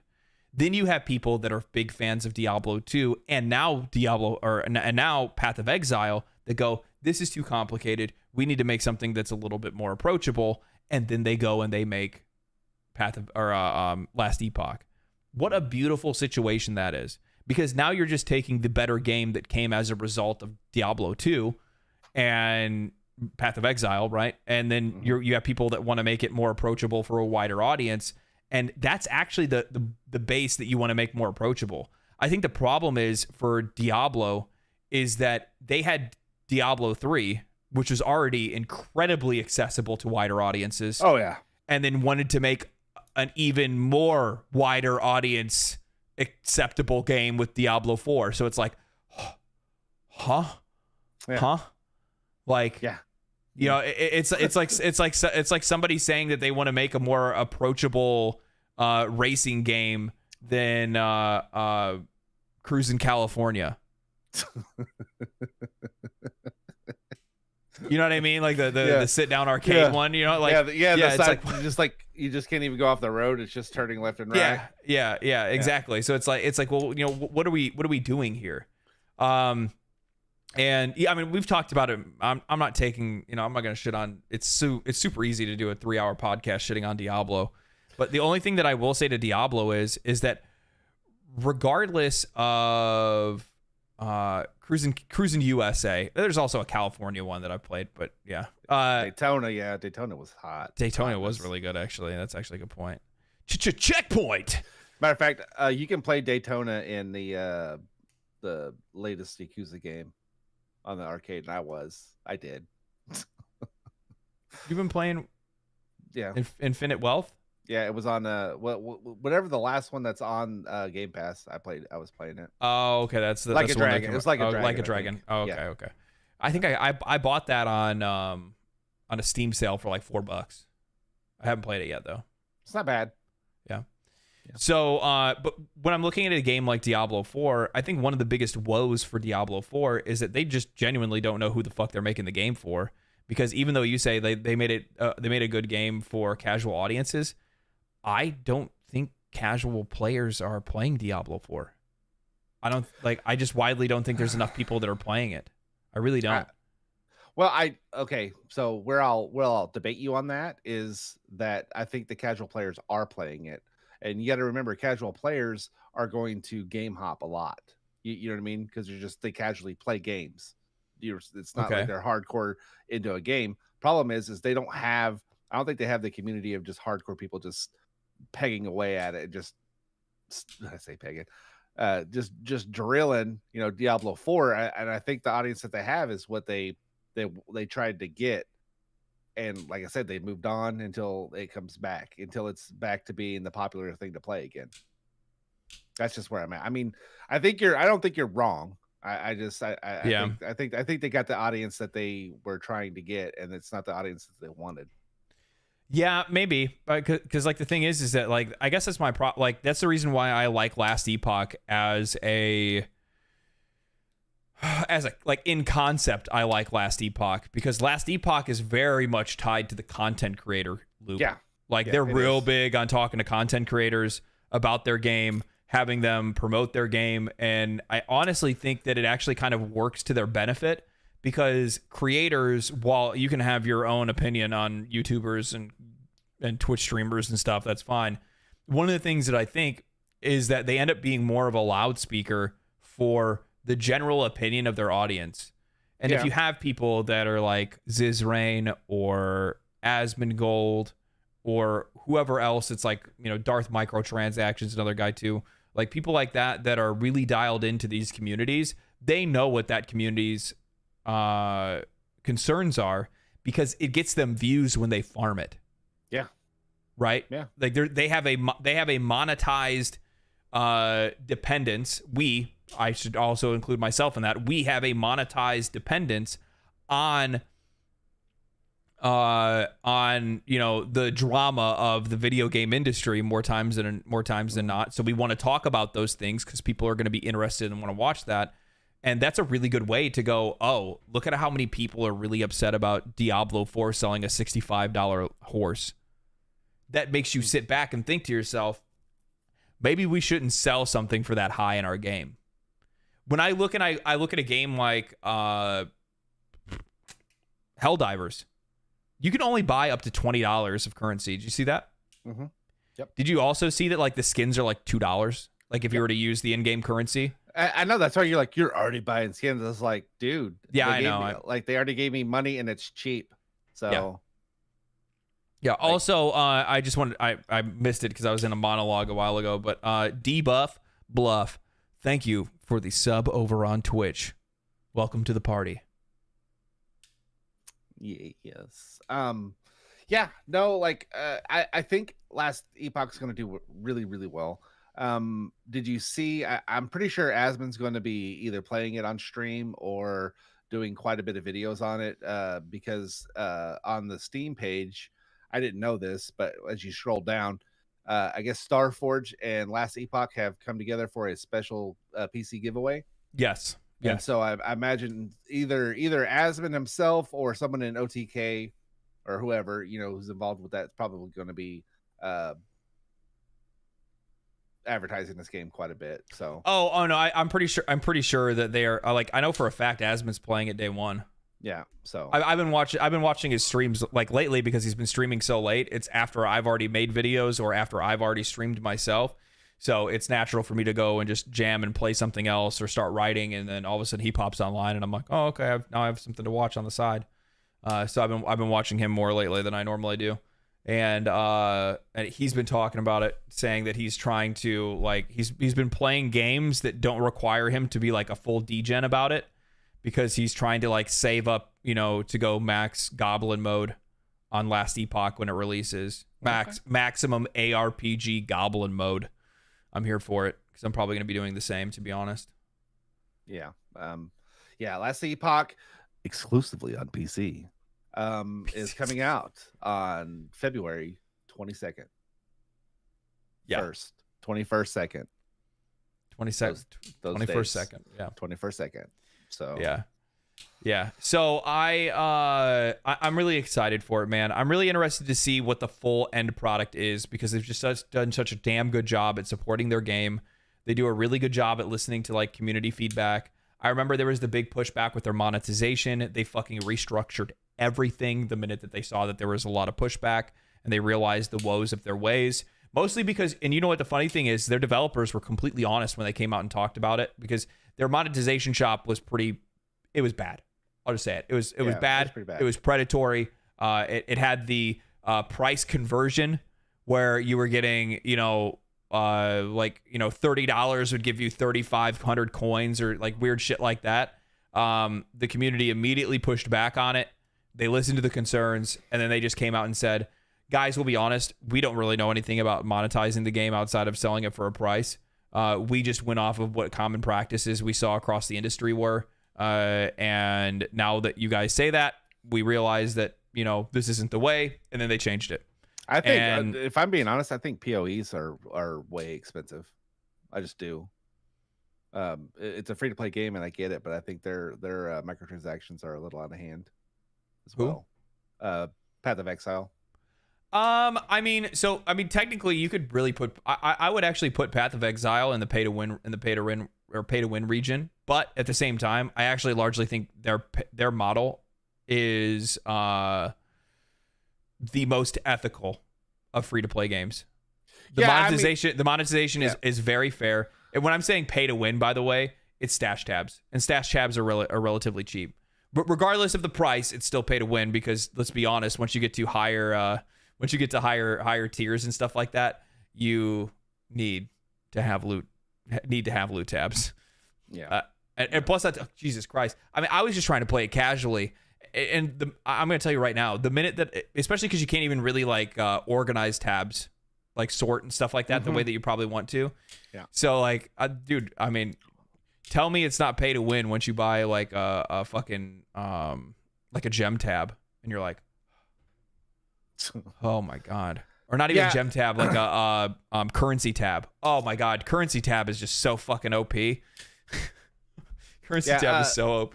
No, and Carnivore, to your point, you don't need their microtransactions, but they also don't offer anything as cool looking. Like, I am a absolute 100% skin whore. 100%. So bad. I want I want my character to look as cool as fucking possible. And like it's like where Diablo, the stuff in game is just about as good as what they sell. You know what I mean? It's not like lesser. Like PoE is a huge difference of what's in game versus what you can buy in the store. Yeah, I mean, but it's also not a $70 game. It's not.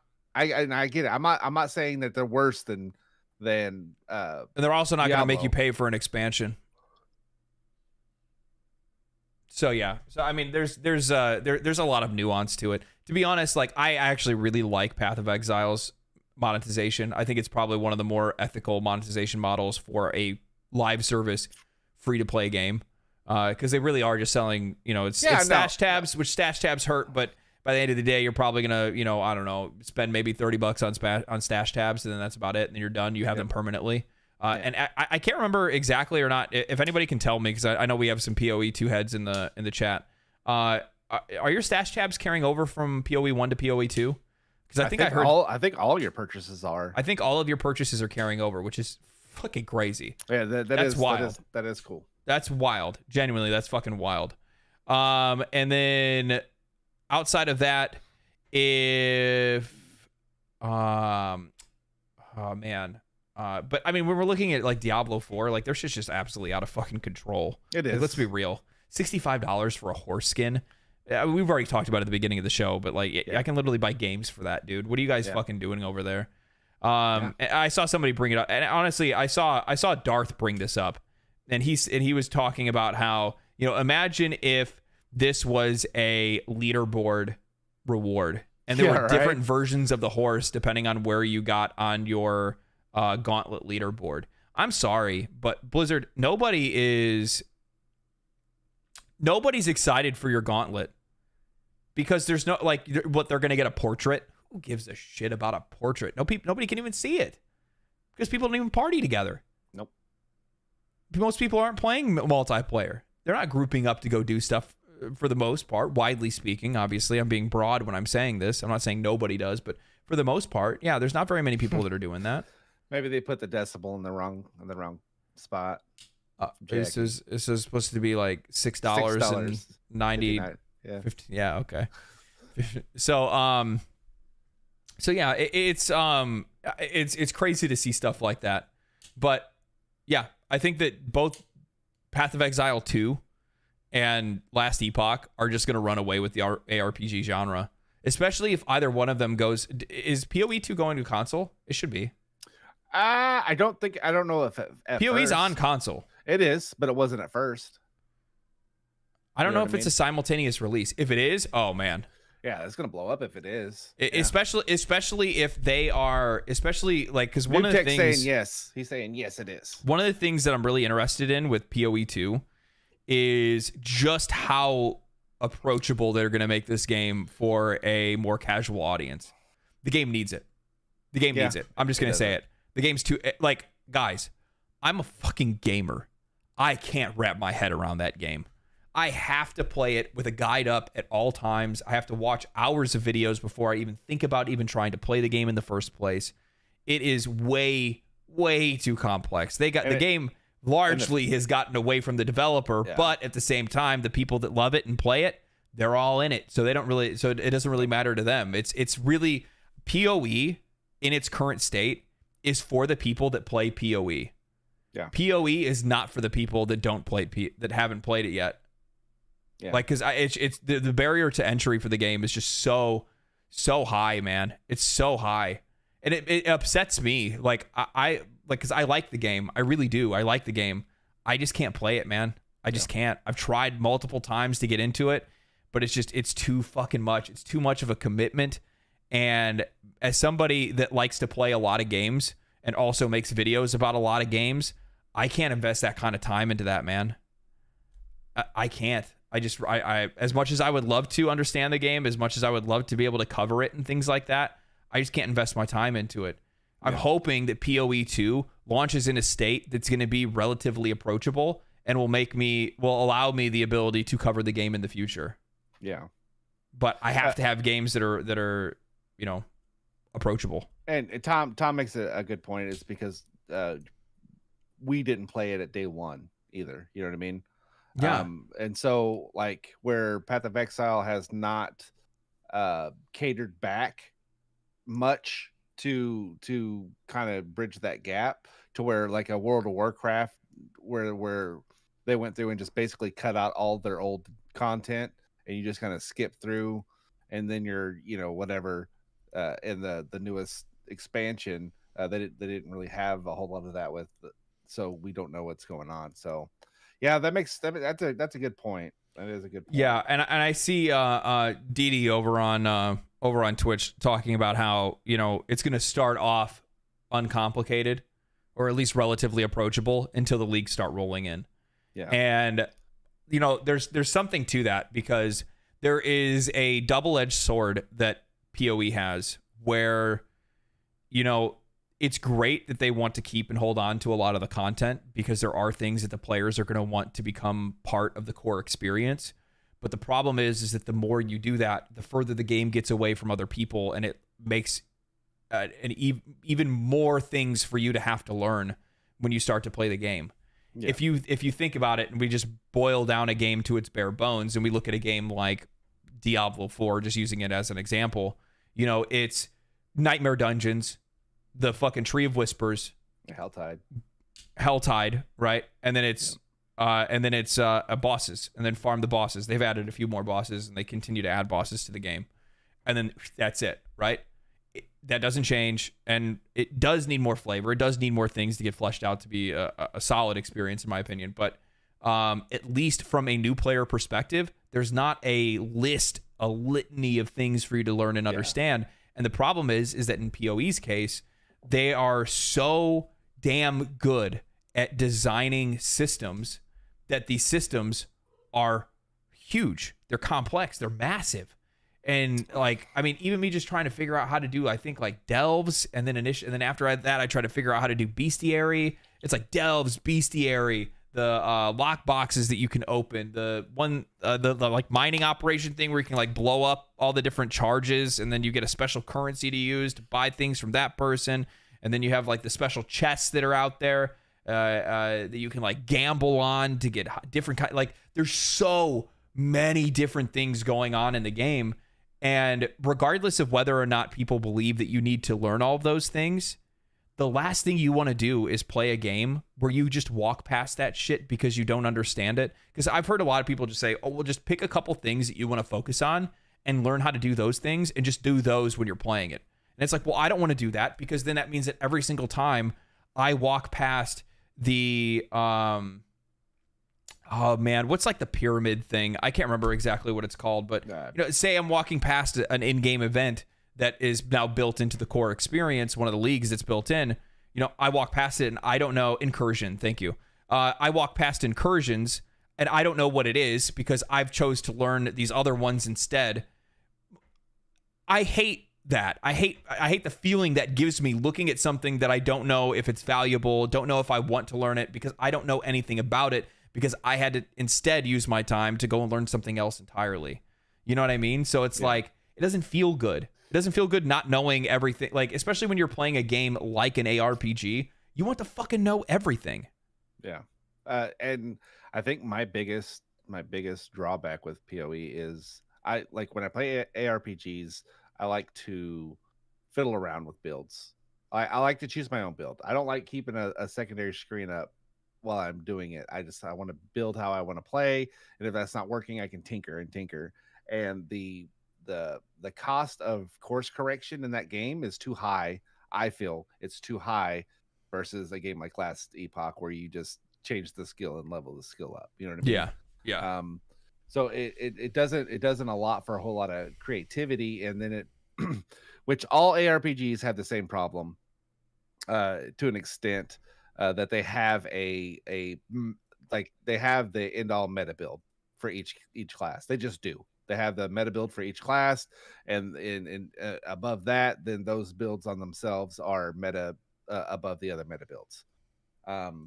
And I think PoE falls into that funnel a lot because you're just building the same build as everybody else on that character or that type of character. You know what I mean? Yeah. And so that, to me, that's not very unique. It's not really an RPG at that point for me. It's like you're just building a hero character. So, yeah. I just don't like being super reliant on guides and stuff like that to be able to play a game in the first place. That's all it is. But I'm just hoping that when Path of Exile 2 releases, that they just don't let it get away from them again. Yeah. I mean, there's probably people that are like the core audience that's going to continue to play Path of Exile or Path of Exile 2. They probably don't care. They're like, yeah, let it get away. But for me personally, like, I want games to remain approachable for more people, not to the point of Diablo 4. You don't have to please everybody. That's not what I'm saying. But if guys like me can't get into it, that's not good. That's not good, personally. So, with that said, let's move on. We got other things to talk about today. Yeah, we do. All right. Let's just recap. Like, I am like over talking about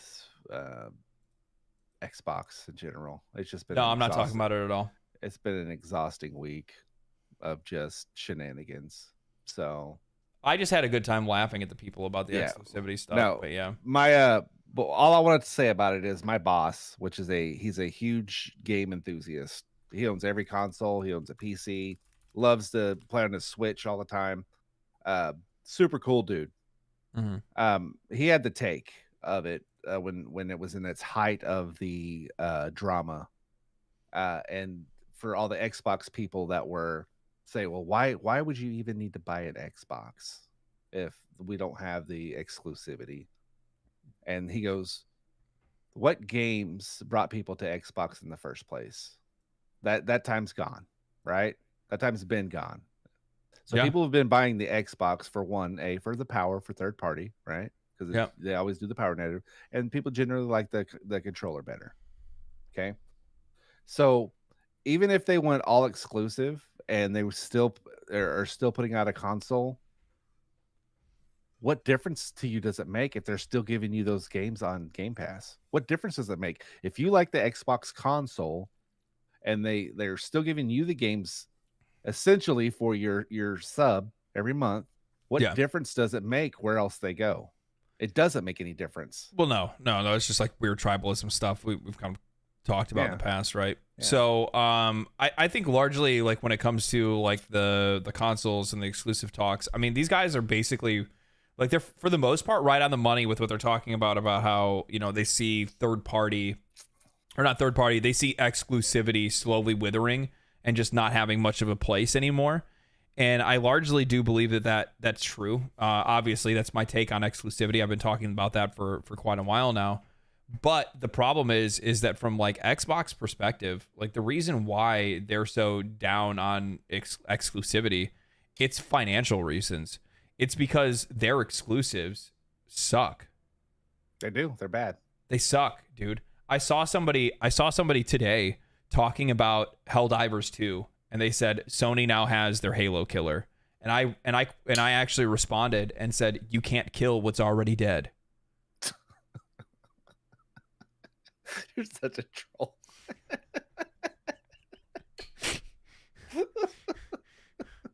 Tell me I'm not wrong.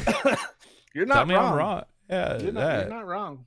Yeah, I mean, come on, like let's be fucking real, man. Like, Halo died back in what, fucking Halo 4? Like, past Halo, anything past Halo 4? Yeah. And I wouldn't even say Halo 4 was that good. No, was that Reach? No, online. No, Halo 4 was no, Halo 4, the co-op. That was the first 343. The PvP was actually still pretty good. Yeah. And then it started getting in the weeds. Yeah. So the thing is that what do you think is going to happen when your first party games are just not good enough anymore? Yeah. They're just not good enough, man. I mean, like, let's look at them realistically. I realize that there's like a slow rate that these games have been getting released, but as a platform, like there's also like, why would you get an Xbox anyway? Because their games that they have had come out, their exclusive games aren't worth you even buying in the first place. And by the way, this isn't me saying that Sony does have games that are worth it either. Sony's just been re-releasing the same shit over and over again. Yeah. I mean, the Spider-Man games, like from what I've heard and what I've seen in a lot of different reviews and things like that, the Spider-Man games largely play and feel the exact same. They did a remaster and then did a remake of a remaster for the Last of Us series. Oh yeah. So like both consoles, when it comes to their first party games, I think that they got themselves into a hole where they didn't know what to do with. They didn't work on new IPs. They stapled themselves to these very specific titles that were supposed to be their flagship titles, and they have largely not been able to innovate on those titles. And as a result, their exclusivity and the sales and the numbers of the games that they've been trying to sell on these platforms has fallen. Like, when was the last, like, I would guarantee you that Baldur's Gate 3 sold better than Spider-Man 2. It did. Not on PlayStation. I just mean in general. Baldur's Gate 3 sold more copies than Spider-Man 2. Without a doubt, and honestly, it's because it was on multiple markets. Yeah, and here's the other thing too. I would even say this, guys. I would put money that Spider-Man 2 being exclusive, even with the console sales that potentially could push, still doesn't make them enough money in the long run. Maybe outside of like the third-party games that then customers would buy outside of that game. But I mean, if we're just looking at that game specifically in a vacuum, I would guarantee it's still like the more money that you can make by just making your games available to people regardless of wherever they want to play them. Do you have any idea how many times I've gotten people giving me pushback over like the idea of platforms competing on hardware instead? Hardware and user experience. That's what I'm trying to get at is I think that's what it should be. If you're choosing choose the hardware that you want, choose the box that you want to play. If you still want consoles, I don't think consoles are obsolete. People still like the console experience. Pick the box that you want and let the game sales decide, who's the better, publisher, basically what it boils down to. Yeah. So, yeah. The other thing is like, you think back to like Xbox 360, largely people were buying Xbox because of Xbox Live. Yeah. No, it was the user experience. It wasn't even the games. I mean, don't get me wrong. Like Halo 2 was a phenomenon, right? So like Halo 3 would have been. Call it okay. Halo 3 was a absolutely monster of a game that sold a shitload of copies. Yeah. But largely people were going over to Xbox because they wanted the better online experience. And at the time, Xbox had the better online experience.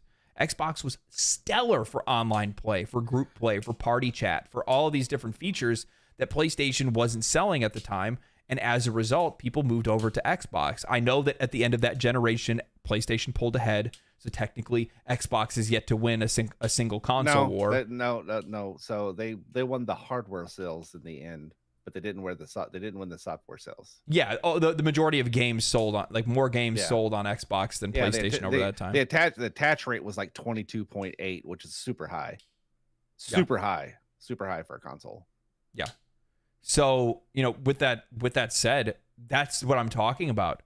Even though like exclusives were still a big thing back then, that's the kind of experience, that's the kind of game changer that I wish the industry would go back to, where people are getting a PlayStation or an Xbox because it does X or Y better than the other one, and that's the reason why they want it. Not because they have to go buy it, because that's where the games that they want to play are going to be. Yeah. But you had brought this up when you were talking about Helldivers, and it's kind of sad now with the advent of Discord and everything else. You go into these games, any kind of live chat, and it's rare that anybody even has a mic on anymore. Like the online playing experience with people has changed so much to where people just don't talk on there anymore. I mean, me and you met in an Xbox Live chat. Yeah. You know what I mean? Like you don't have that experience as much as it used to be. And Yeah. don't get me wrong, it was like kind of like the Wild West. It was a little crazy there for a while, the things people were saying. But you know, like it was like people like think about it. Almost every game that we go into, you turn on the mic. Even Warzone, go into Warzone, and 98% of the time, none of the other people are gonna have a mic. You'll have that one dude that does, maybe. So I largely think that it actually comes down to how I don't even think it's like society today. I actually think this is more of just I actually think it's how games are designed. Okay. I like, even though I've like talked shit where I'm like, some people don't have mics in Helldivers, like more of the matches that I've played of it, and I would almost guarantee that more of like the longer the game is out, the more often you're gonna find people with mics turned on in Helldivers.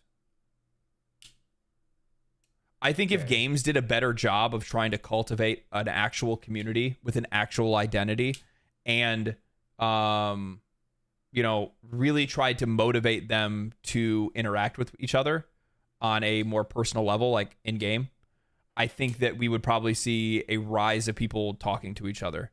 Because just using this as an example, MMOs don't have this problem.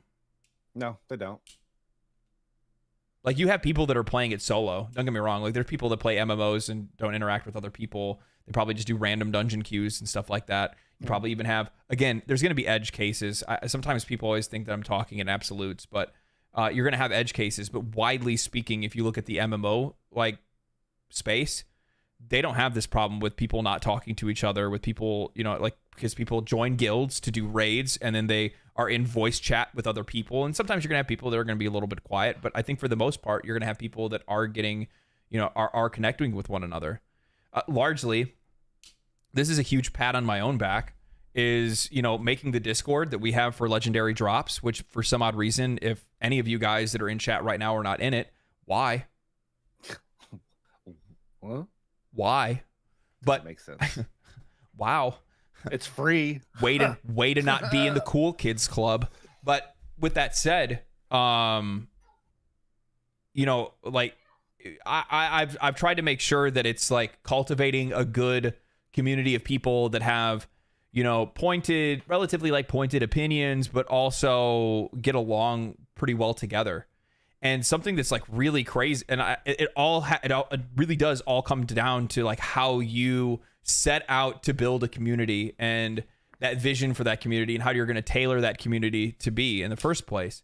And one of the things that I will say is that there something that's absolutely crazy. I talked to Mark about this morning. I'll talk to Chad about it now. One of the very first rules that I have, I think, in the Discord is like no politics. That's it. And the funny thing is that I've talked to many members of the Discord privately, or I've seen comments of theirs on some of my videos and things like that. And so many people in the Discord have wildly opposite positions on just about every single thing in life. But when they all come together to talk about video games, they're all the same. Yeah. Isn't that crazy? Isn't that wild how that works? So, yeah, I think it very much just has to do with, you know, these developers trying to set out to make a community that actually engages with one another. Yeah. No, I just think maybe the dynamic of it's just changed. It just has. I mean, it is a different, like I said, it's a different era or socially than it was when it first started. You know what I mean? Same thing goes for like chat rooms and just back in the day with AOL online, right? Yeah. It's just people disputing stuff. And apparently No Beats is like 85 years old because he doesn't want the internet to know his phone number that they already have. So, all right, No Beats. Yeah, I just did a reverse lookup. I know where your address is now. Yeah. You're about to get doxxed. Yeah. Yeah. So, yeah, that was kind of a off topic. Anywho, I'm just gonna hit the quick highlights of what they said on the Xbox baloney because I said last week I would. So D4 is coming to Game Pass March 28th, and they said other Game Pass or ABK games are to come. I thought the only place that they couldn't put Call of Duty, it wasn't the FTC, it was on the CMA. So in England, they can't put Call of Duty on Game Pass. That was to get the CMA's agreement. The FTC ruling was just trying to regardless, I'm not getting into all that bullshit. All right. Phil says that exclusives will become smaller and smaller part of the market. Indiana Jones and Starfield stay exclusive. 4 games going multi-plat for now. And then they have a showcase in June. So I just saved y'all an hour.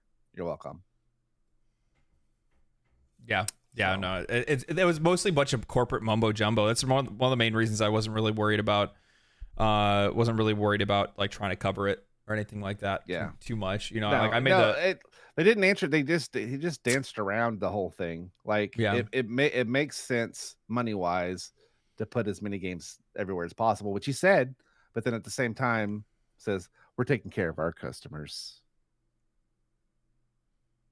Okay, so, whatever. I don't care. Like I just don't care anymore. What are your thoughts about about Diablo 4 winning the best online game at the DICE Awards? It did? Yeah. It won best online game. All right, let's think of last year. Online games last year. Was it the only online game big release last year? I don't know. What was the big online games that were released last year? I think most games were like single player last year. Yeah, they're all single player. So it just won by default. There was nobody else competing. It's like nobody else competed. You know what? I don't hate Diablo 4. I enjoyed the story. I did enjoy the story on that game. I did. It was good. But yeah, I can't think of any other online multiplayer game that came out last year. I mean, was it going up against games that have already been out, like Apex Legends and stuff like that, or like, I don't know. I don't know, man. I don't know what its competition would have been. I mean, I here's the thing. At the end of the day, I mean, if we're just looking at Diablo 4 in a vacuum, and we said, hey, it's the first month the game released, then yeah, it probably was the most popular online game of the year. It was. Yeah. But outside of that, yeah, no, I think it's a fucking, I don't even know.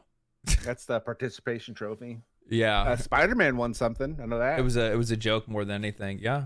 Insomniac won a couple things. Yeah. Baldur's Gate 3 won everything. Yeah. So, well, actually, speaking of Baldur's Gate, that's actually another topic we can talk about too. Have you checked out anything from patch 6 yet? I loaded it up and I was going to go start making out. And then I had to go do something and I didn't come back to it. So I didn't get to check to see what the new sesh looked like. Yeah. So let's talk about the big changes. And I actually want to talk about something else along with this because it actually kind of themes it all together real well, to be honest with you. But so the big changes that they made was kissing. So there's a bunch of different kissing animations now. That's a forehead kiss. Oh man, that's a real kind right there.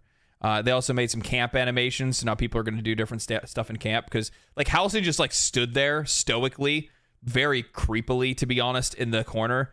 I'm just like, okay, homie, like, could you like do something? You'd like dance around, what are you contemplating over there? That's the best part about taking all their clothes off in camp and just watching them stand there like this.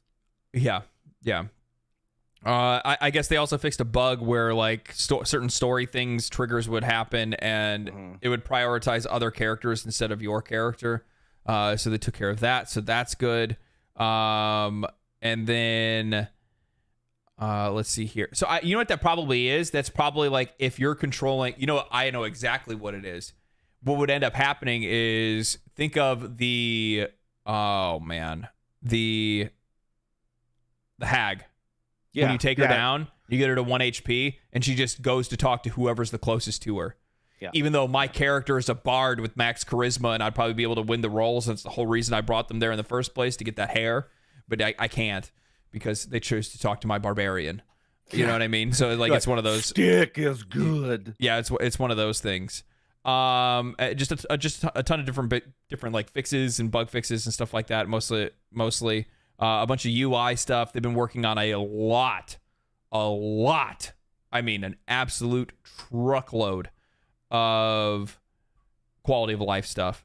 Now you can switch party members from a menu. You can talk to that party member directly. So say you walk up to Gale, you want to take Gale with you. You can talk to Gale, and then you can actually get a drop-down menu that tells you like what character you want to switch Gale for. Oh, okay. Rather than talk to that person, kick them out of the party, then go talk to that person and bring them in. Instead, you can do it all from the conversation of the person that you want to take with you. So, like, quality of life stuff like that's been really nice that they've been adding to the game. I feel like one of the other things that they did too, and I don't exactly know what it is, but there is a honor mode related thing. They added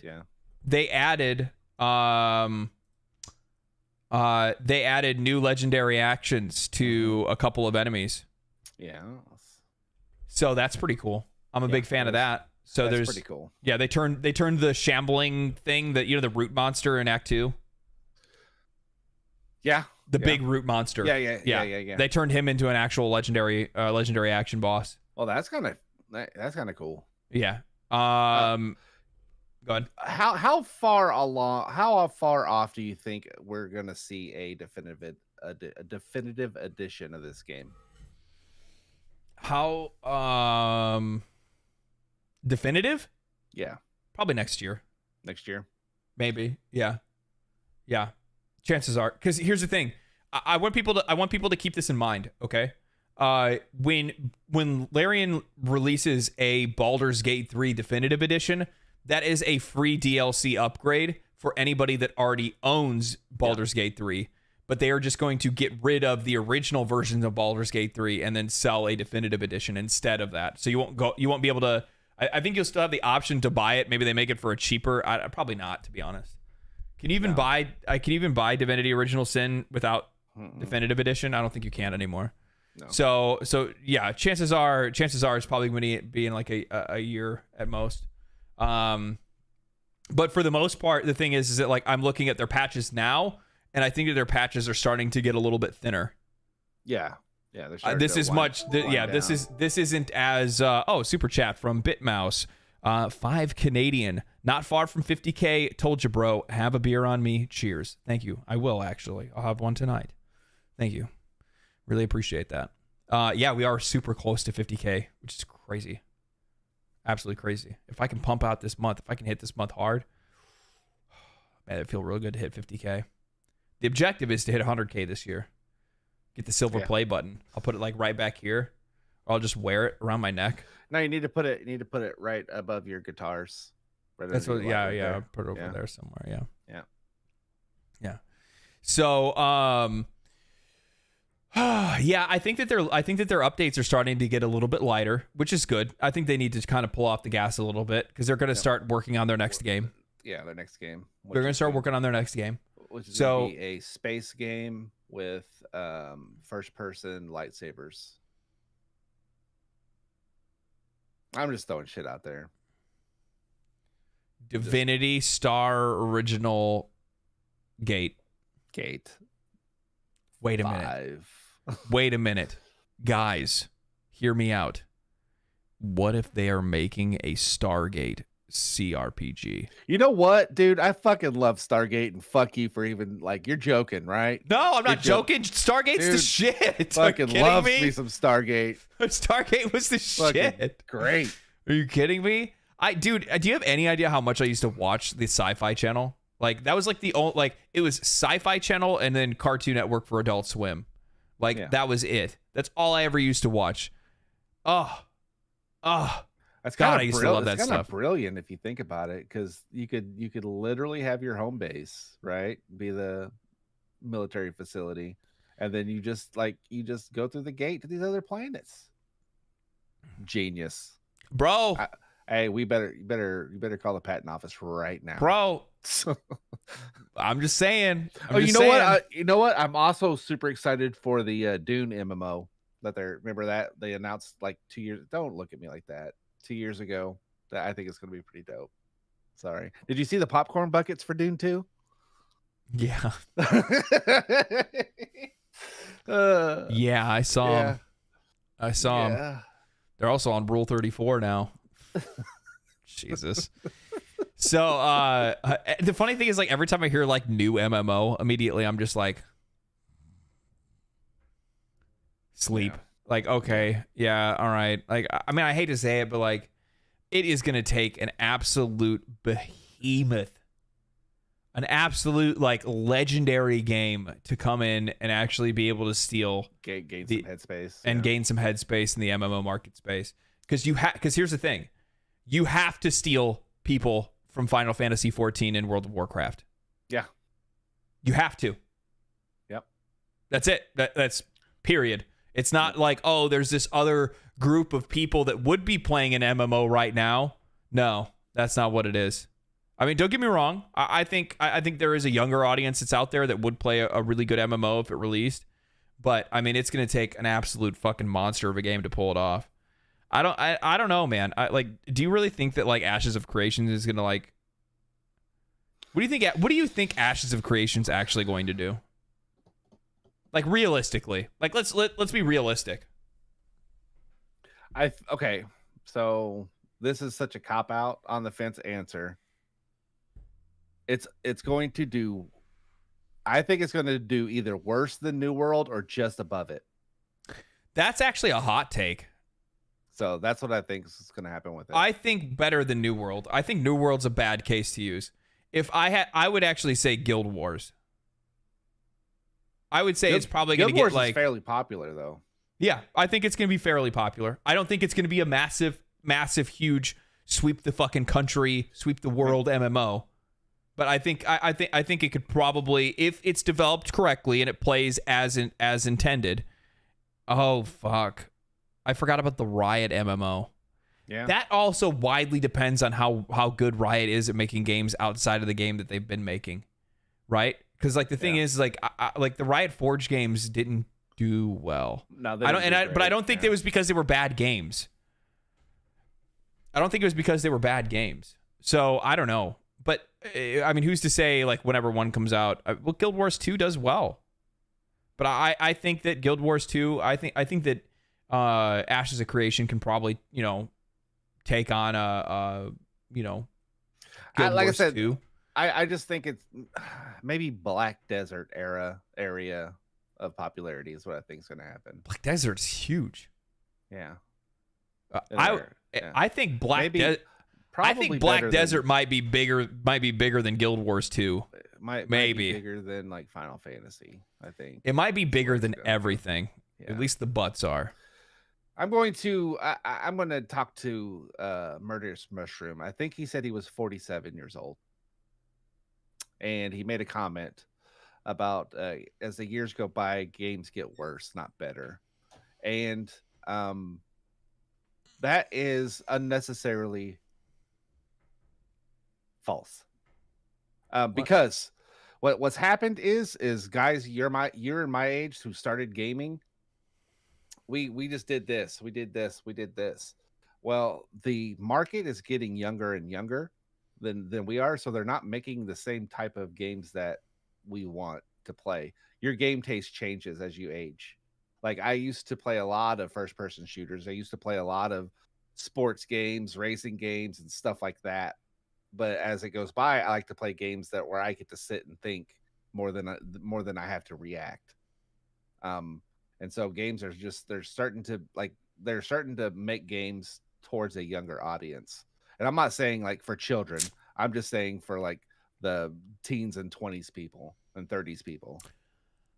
Like I don't know, like your flavor taste changes. But I think that I don't even like. So I do agree with you partially.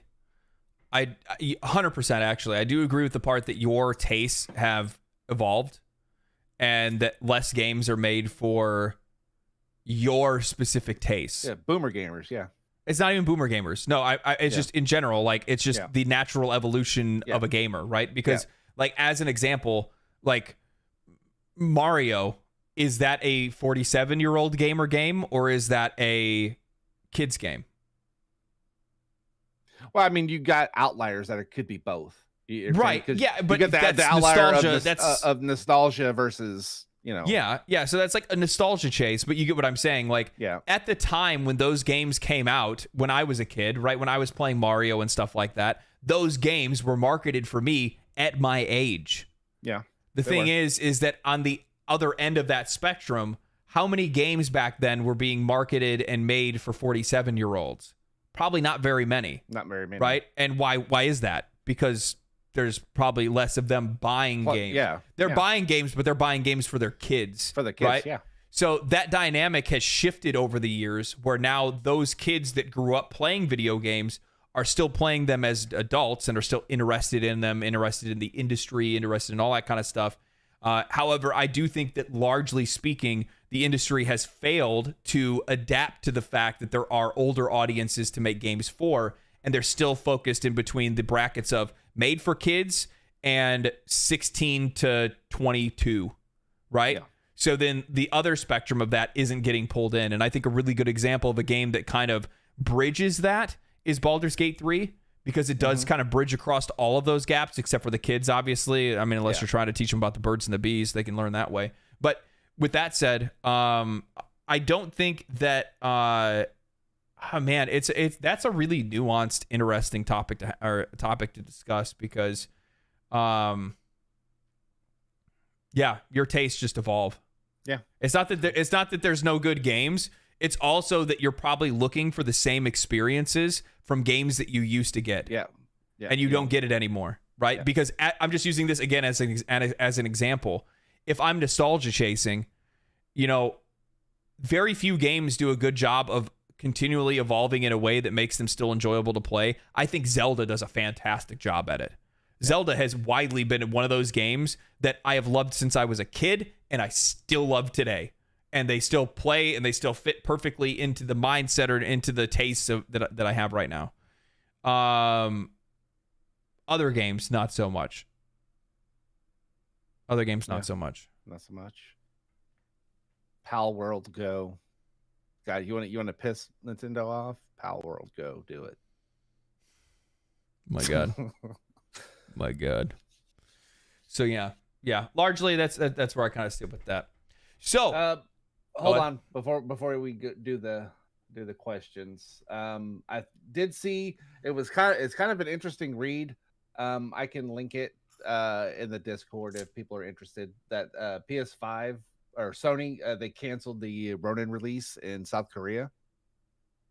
Rise of the Ronin, the new game they have coming out. They canceled the release in South Korea due to I guess the South Koreans being offended from the director. He was talking about what's this, Shoin Yoshida, which his teachings, I guess, helped the Imperial Japan take over the occupation in Korea.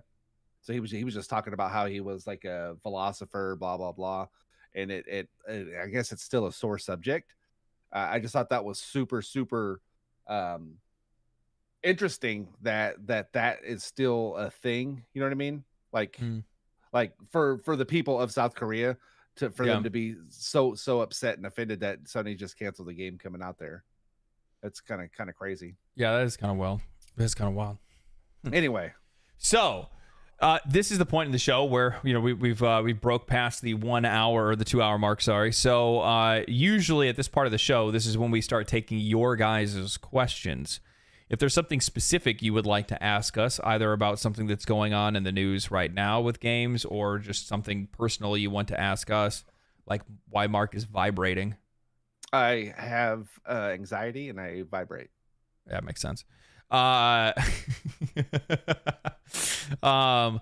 If you guys have any questions, all you got to do, you can super chat, you can at us at Legendary Drops and ask away, ask any questions that you guys have. Make sure at this point also over on YouTube, if you guys could do me a favor, please make sure that you guys like the video. Give it a little bit of that good algorithmic boost so that people can find it a little bit easier and enjoy the podcast just the same as you. So if you guys have any questions, drop them into chat now at Legendary Drops, or you can super chat either way. And we will we'll talk to we'll answer your guys' questions. We talk to you now at the end of the show. We ignore you for the rest of the show. We talk to you at the... What are you doing? Nothing. You have to like put your hand towards your camera to get it to like, refocus. There you go. There you go. There you go. And he got it. Bam! Just like that. Just like that. I vibrated too far away. Yeah. Yeah. Man. I got to figure out what I'm going to cook this week. You know what? Those fish planks that you can buy at Walmart, they look like a triangle almost. You know what I'm talking about? Anyway, put those in the air fryer, cook them up, and they make fucking banging fish tacos. I don't even know how to say your name. Smirton over on Twitch. We're gonna say Smirton. Smoltron. There's no U. There's no O. What are you talking about? Anyway, are there any games that you're looking forward to this year? So are there any games I'm looking forward to this year? Obviously. Yeah. Dragon's Dogma 2 is the big one. Dragon Dogma 2. I guess they came out and they're not going to require PlayStation players to have a PS Plus subscription to be able to play it online and use people's pawns. Oh, that's really cool. Mm-hmm. Wow. Super That's cool. Actually fucking based. Yeah. That's cool. I like that. That's good news in the industry. All right, Capcom. Okay. Not too bad. Final Fantasy VII Rebirth, obviously, is the other one that's on the list. Yeah. Comes out the 29th. There's no 29th.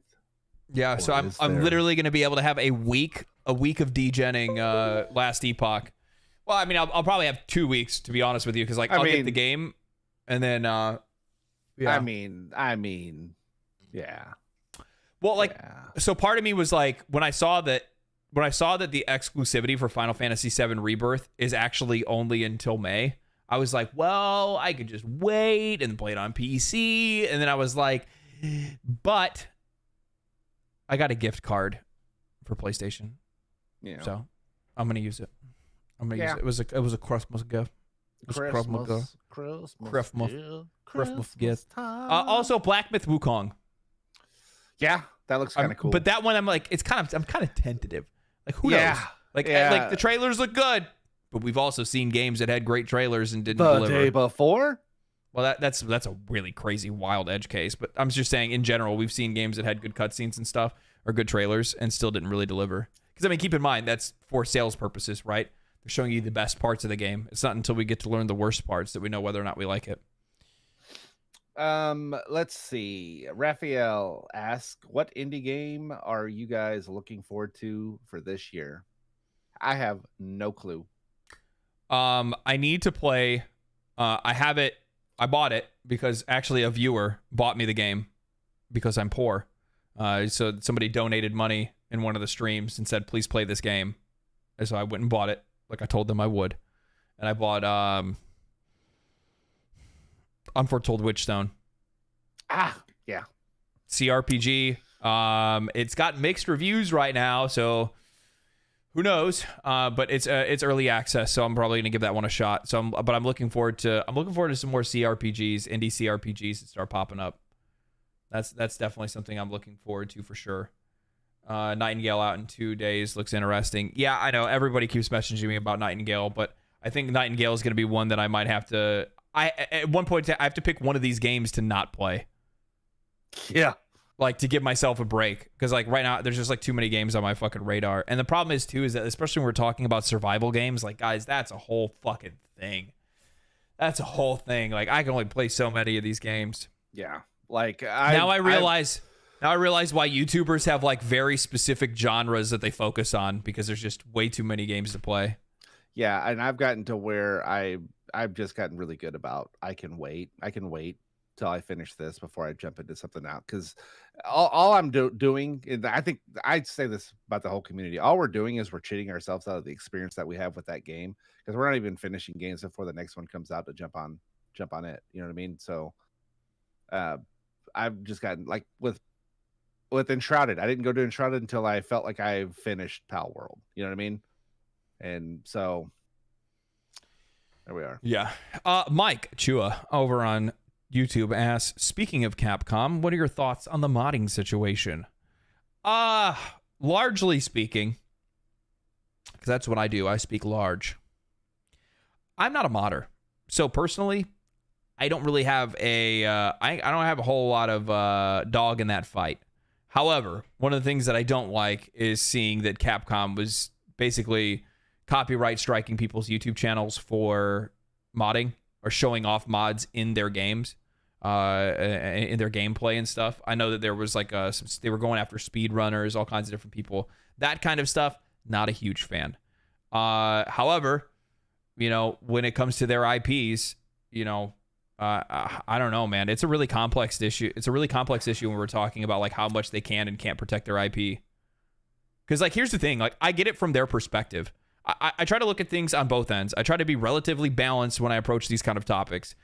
The reason why this all happened was specifically because of that event that happened at the Street Fighter tournament where somebody came in with a naked Chun-Li mod. From a consumer perspective, if that bleeds off into the social media sphere, which it did, and it went viral, and a bunch of people were talking about it, you're going to have some people that are going to come across that were going to buy that game for their kid, and now they think that that game has nudity. That's just what they're going to think. A really good example of this, one of the reasons why why Nintendo is probably doesn't like PAL World, is because there are going to be parents that are out there that don't know the difference between Pokemon and PALs and are going to go, oh, they put guns in Pokemon. I'm not buying my kid Pokemon anymore. That game has violence and guns and forced labor. Sounds like a good time to me. Yeah. So, like, I get it from their perspective of wanting to protect their property and also protect, like, their brand image overall. But with that said, you know, are they ham-fisted about it? For sure, they're being very ham-fisted. I'm not a huge fan of their approach to it. I don't know. Like, there's this. Like, I get what you're saying about like their property or whatever, and I get it. It's probably in the terms of service or license agreement or whatever you do when you buy the game. It's in all of them. People using mods on a game to speed run or just to enhance the gameplay of what they've had for an older game. I feel that's a little far. I mean, at this point, it's obvious that Capcom has people who just scour the internet looking for these videos. This isn't something that's gonna trigger on, you know, hey, there's a copyright claim here. Again, I'll reiterate when I'm talking about this and I'm saying, oh well, you know, I don't agree with their approach. I'm not saying that mods shouldn't be in games. I just don't like their approach to it overall. I think there's a better way that they could have gone about doing this, and they didn't do that. But I think we should be understanding that from their perspective, as a business with an IP and a global brand, having your characters show up at a major video game tournament that's being broadcasted all over the internet and having a viral moment of one of your characters booty ass naked. Yeah, that's a problem. That's a problem. And I think I even saw somebody said Capcom was happy enough to ignore it until it pulled up into the news, and then they responded because they had to. That's the thing, they have to. The issue isn't with, like, don't get me wrong, Capcom's response bad. Modders making Capcom look bad. So Capcom was fine with it until the modders made it a fucking problem. Yeah. So it's the fact that people took their modded console and modded game to a major tournament with butt naked character models. It's not obviously, again, Capcom's response, not good. The guy that took the naked models over to the fighting tournament, bad. The reason why Capcom has to respond is because they had to. It was a time that they could not respond. Yeah. I mean, I don't know. Yeah, I agree with you. I mean, it's a double-sided sword. Especially if you're looking at especially if you're looking at like internet culture today to begin with. Like they're already you already have people that are like seething, foaming from the fucking mouth over the way characters models look in Capcom games. Why does she have a big old butt?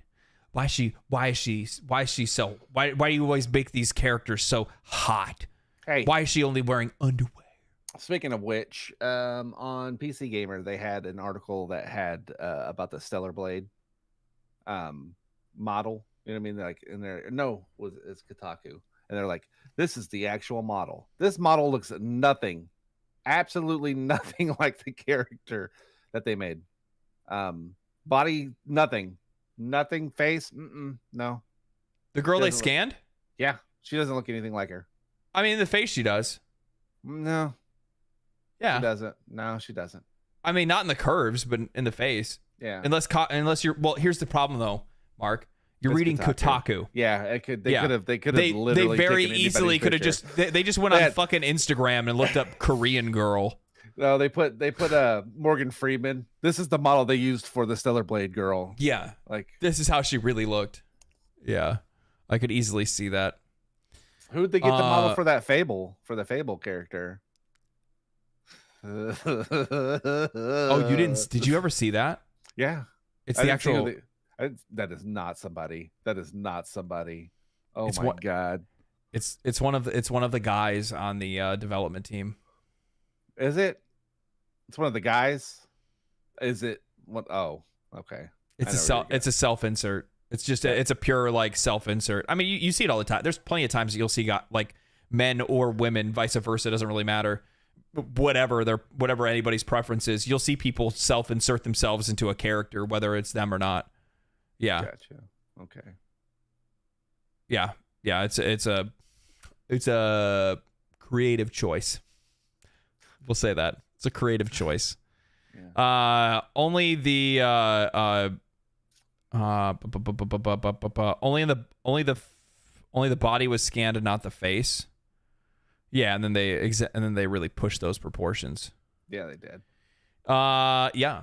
Do you guys have any more questions? You're relatively quiet. I mean, you guys. I'm like, chat's not necessarily quiet, but you guys are just like fucking talking to each other. Yeah, Tyler says the Fable model is very attractive. Well, hey. And they can save you a bundle on car insurance. More parents now grew up with Pokemon and might be a little less clueless too. That's actually very true. I didn't think about that as well. Navius, you're actually probably right about that. There probably is a little bit more people. But at the same time, you know, people are also dumb. I think a lot of people forget that too. I do frequently. I don't know. I don't want to get into it. I think parents nowadays just aren't good at parenting. Do you? Like, yeah. I mean, don't get me wrong. My babysitter was an electronic box. So. Oh yeah, mine was my NES. I mean, it was like my brother / my NES, but like my brother was, you know, like driving around looking for chicks and working on cars. Yeah. While I was in the house playing Mario. Does that make sense? So yeah. But we are social. That's why we're talking to each other. Yeah, I know exactly. Jesus. Yeah, what parenting? Yeah, you know what the funny thing is that like that's like I don't know, man. That's just largely like parents just give kids way too much ready access to the internet for them to literally just be able to look and interact with people and stuff like that far more than it's bad. It's bad. It's bad. I honestly, like, there needs to be a damn, like, if we could like just keep kids off of social media, I think a lot of problems could be solved in the world. Do you think last Epoch will come to console? I think it largely depends on whether or not the game, how good it sells on PC. Yeah, because there's a lot of stuff they're gonna have to do to get it console. I mean, they've already got controller support, so maybe it's not that much. I could see Xbox approaching them. I don't. Really? Yeah, I don't. Because they're, like I said, they're putting Diablo on Game Pass, and so got a good problem. I don't think they want that competition. They don't want that smoke. Yeah. You actually got a really good point on that. Yeah. Shit. Huh. My God. Well, anyway, I don't have anything else to talk about. Yeah, and I gotta pee. I've got to try to get in an hour and a half nap before I go to work. So. Mark's got to go to work. Mark's got to go take himself to work. So this has been yet another fantastic episode of the Just Gaming Podcast. I thank you guys all for sticking around, hanging out, having a good time, doing this whole thing. This has been just an absolutely fantastic time. Tomorrow, I am recording a video, and I will be posting that video for Tuesday, and then I will be streaming on Tuesday, and then I will be recording a video on Wednesday, and then I will be streaming on Thursday. I'm trying to make sure that I just hold myself to this. And if for some odd reason I break this schedule, I need you guys to keep me honest, okay? Like, hey, bad YouTuber. And then, like, hit me with a spray bottle or something. Like, yeah. Bad YouTuber. Get on, entertain me. Dance, monkey. Dance. Dance. You talked about Unfortunate Witchstone, where the reviews are mixed. Now I'm seeing mostly 71% positive. Okay, so maybe it's coming up a little bit higher. I'll have to check and take a look. It was just initially when I first saw it. How many more years do you think we'll suffer through political messaging and for our video games? Who knows? Probably forever. So any other CRPGs? I don't think there are any other ones on the horizon for me outside of maybe Thaumaturge, depending on how well it reviews. Yeah. Because I do not have the money to be continuing to buy a bunch of games right now. Yep. Really love the Industry Podcast. Thank you. We try to bounce around a little bit, like little gameplay, a little slice of life, a little bit of industry, mostly industry. I'm more industry focused, so that kind of makes sense. I recommend shock collars. And on that, we are ending the podcast. So thank you guys all for showing up. What the fuck are you talking about? Could you imagine having a chat and like while you're doing it, like they can just like hit a button to fuck, and you're like, I'm sorry, let's talk about this. No, I'm not giving. They have to donate they have to drop like $50. They get to shock you. Oh my god! Don't give them ideas. Maybe. What if I do like a subathon where I have to like play, and like in the subathon I do like a shock collar game where like I have to play a game and then like chat can like shock me with the collar. Dude, that's hilarious. Yeah, maybe I might do that. I don't hilarious. know. Do I really want to put myself through that kind of torture for the entertainment of people? Yes, I want to watch it. Ah, man. I always watch a lot of that stuff and I'm like, wow, that's really dehumanizing. Like, would I do that for money? Yeah. But I'm like, well, actually, it depends on how broke I am. So yeah, actually, probably I would. Oh man. Could I hit the button? Only if you pay for it. Yeah. Anyway, gotta pay. Simple as that. Anyway, thank you guys for showing up. Thank you guys for hanging out. It's been an absolutely fantastic time. I will see you guys on stream on Tuesday. Stay cool, stay righteous, stay safe. Mark, got any final words? See you next Sunday. Peace out, Helldivers. For democracy.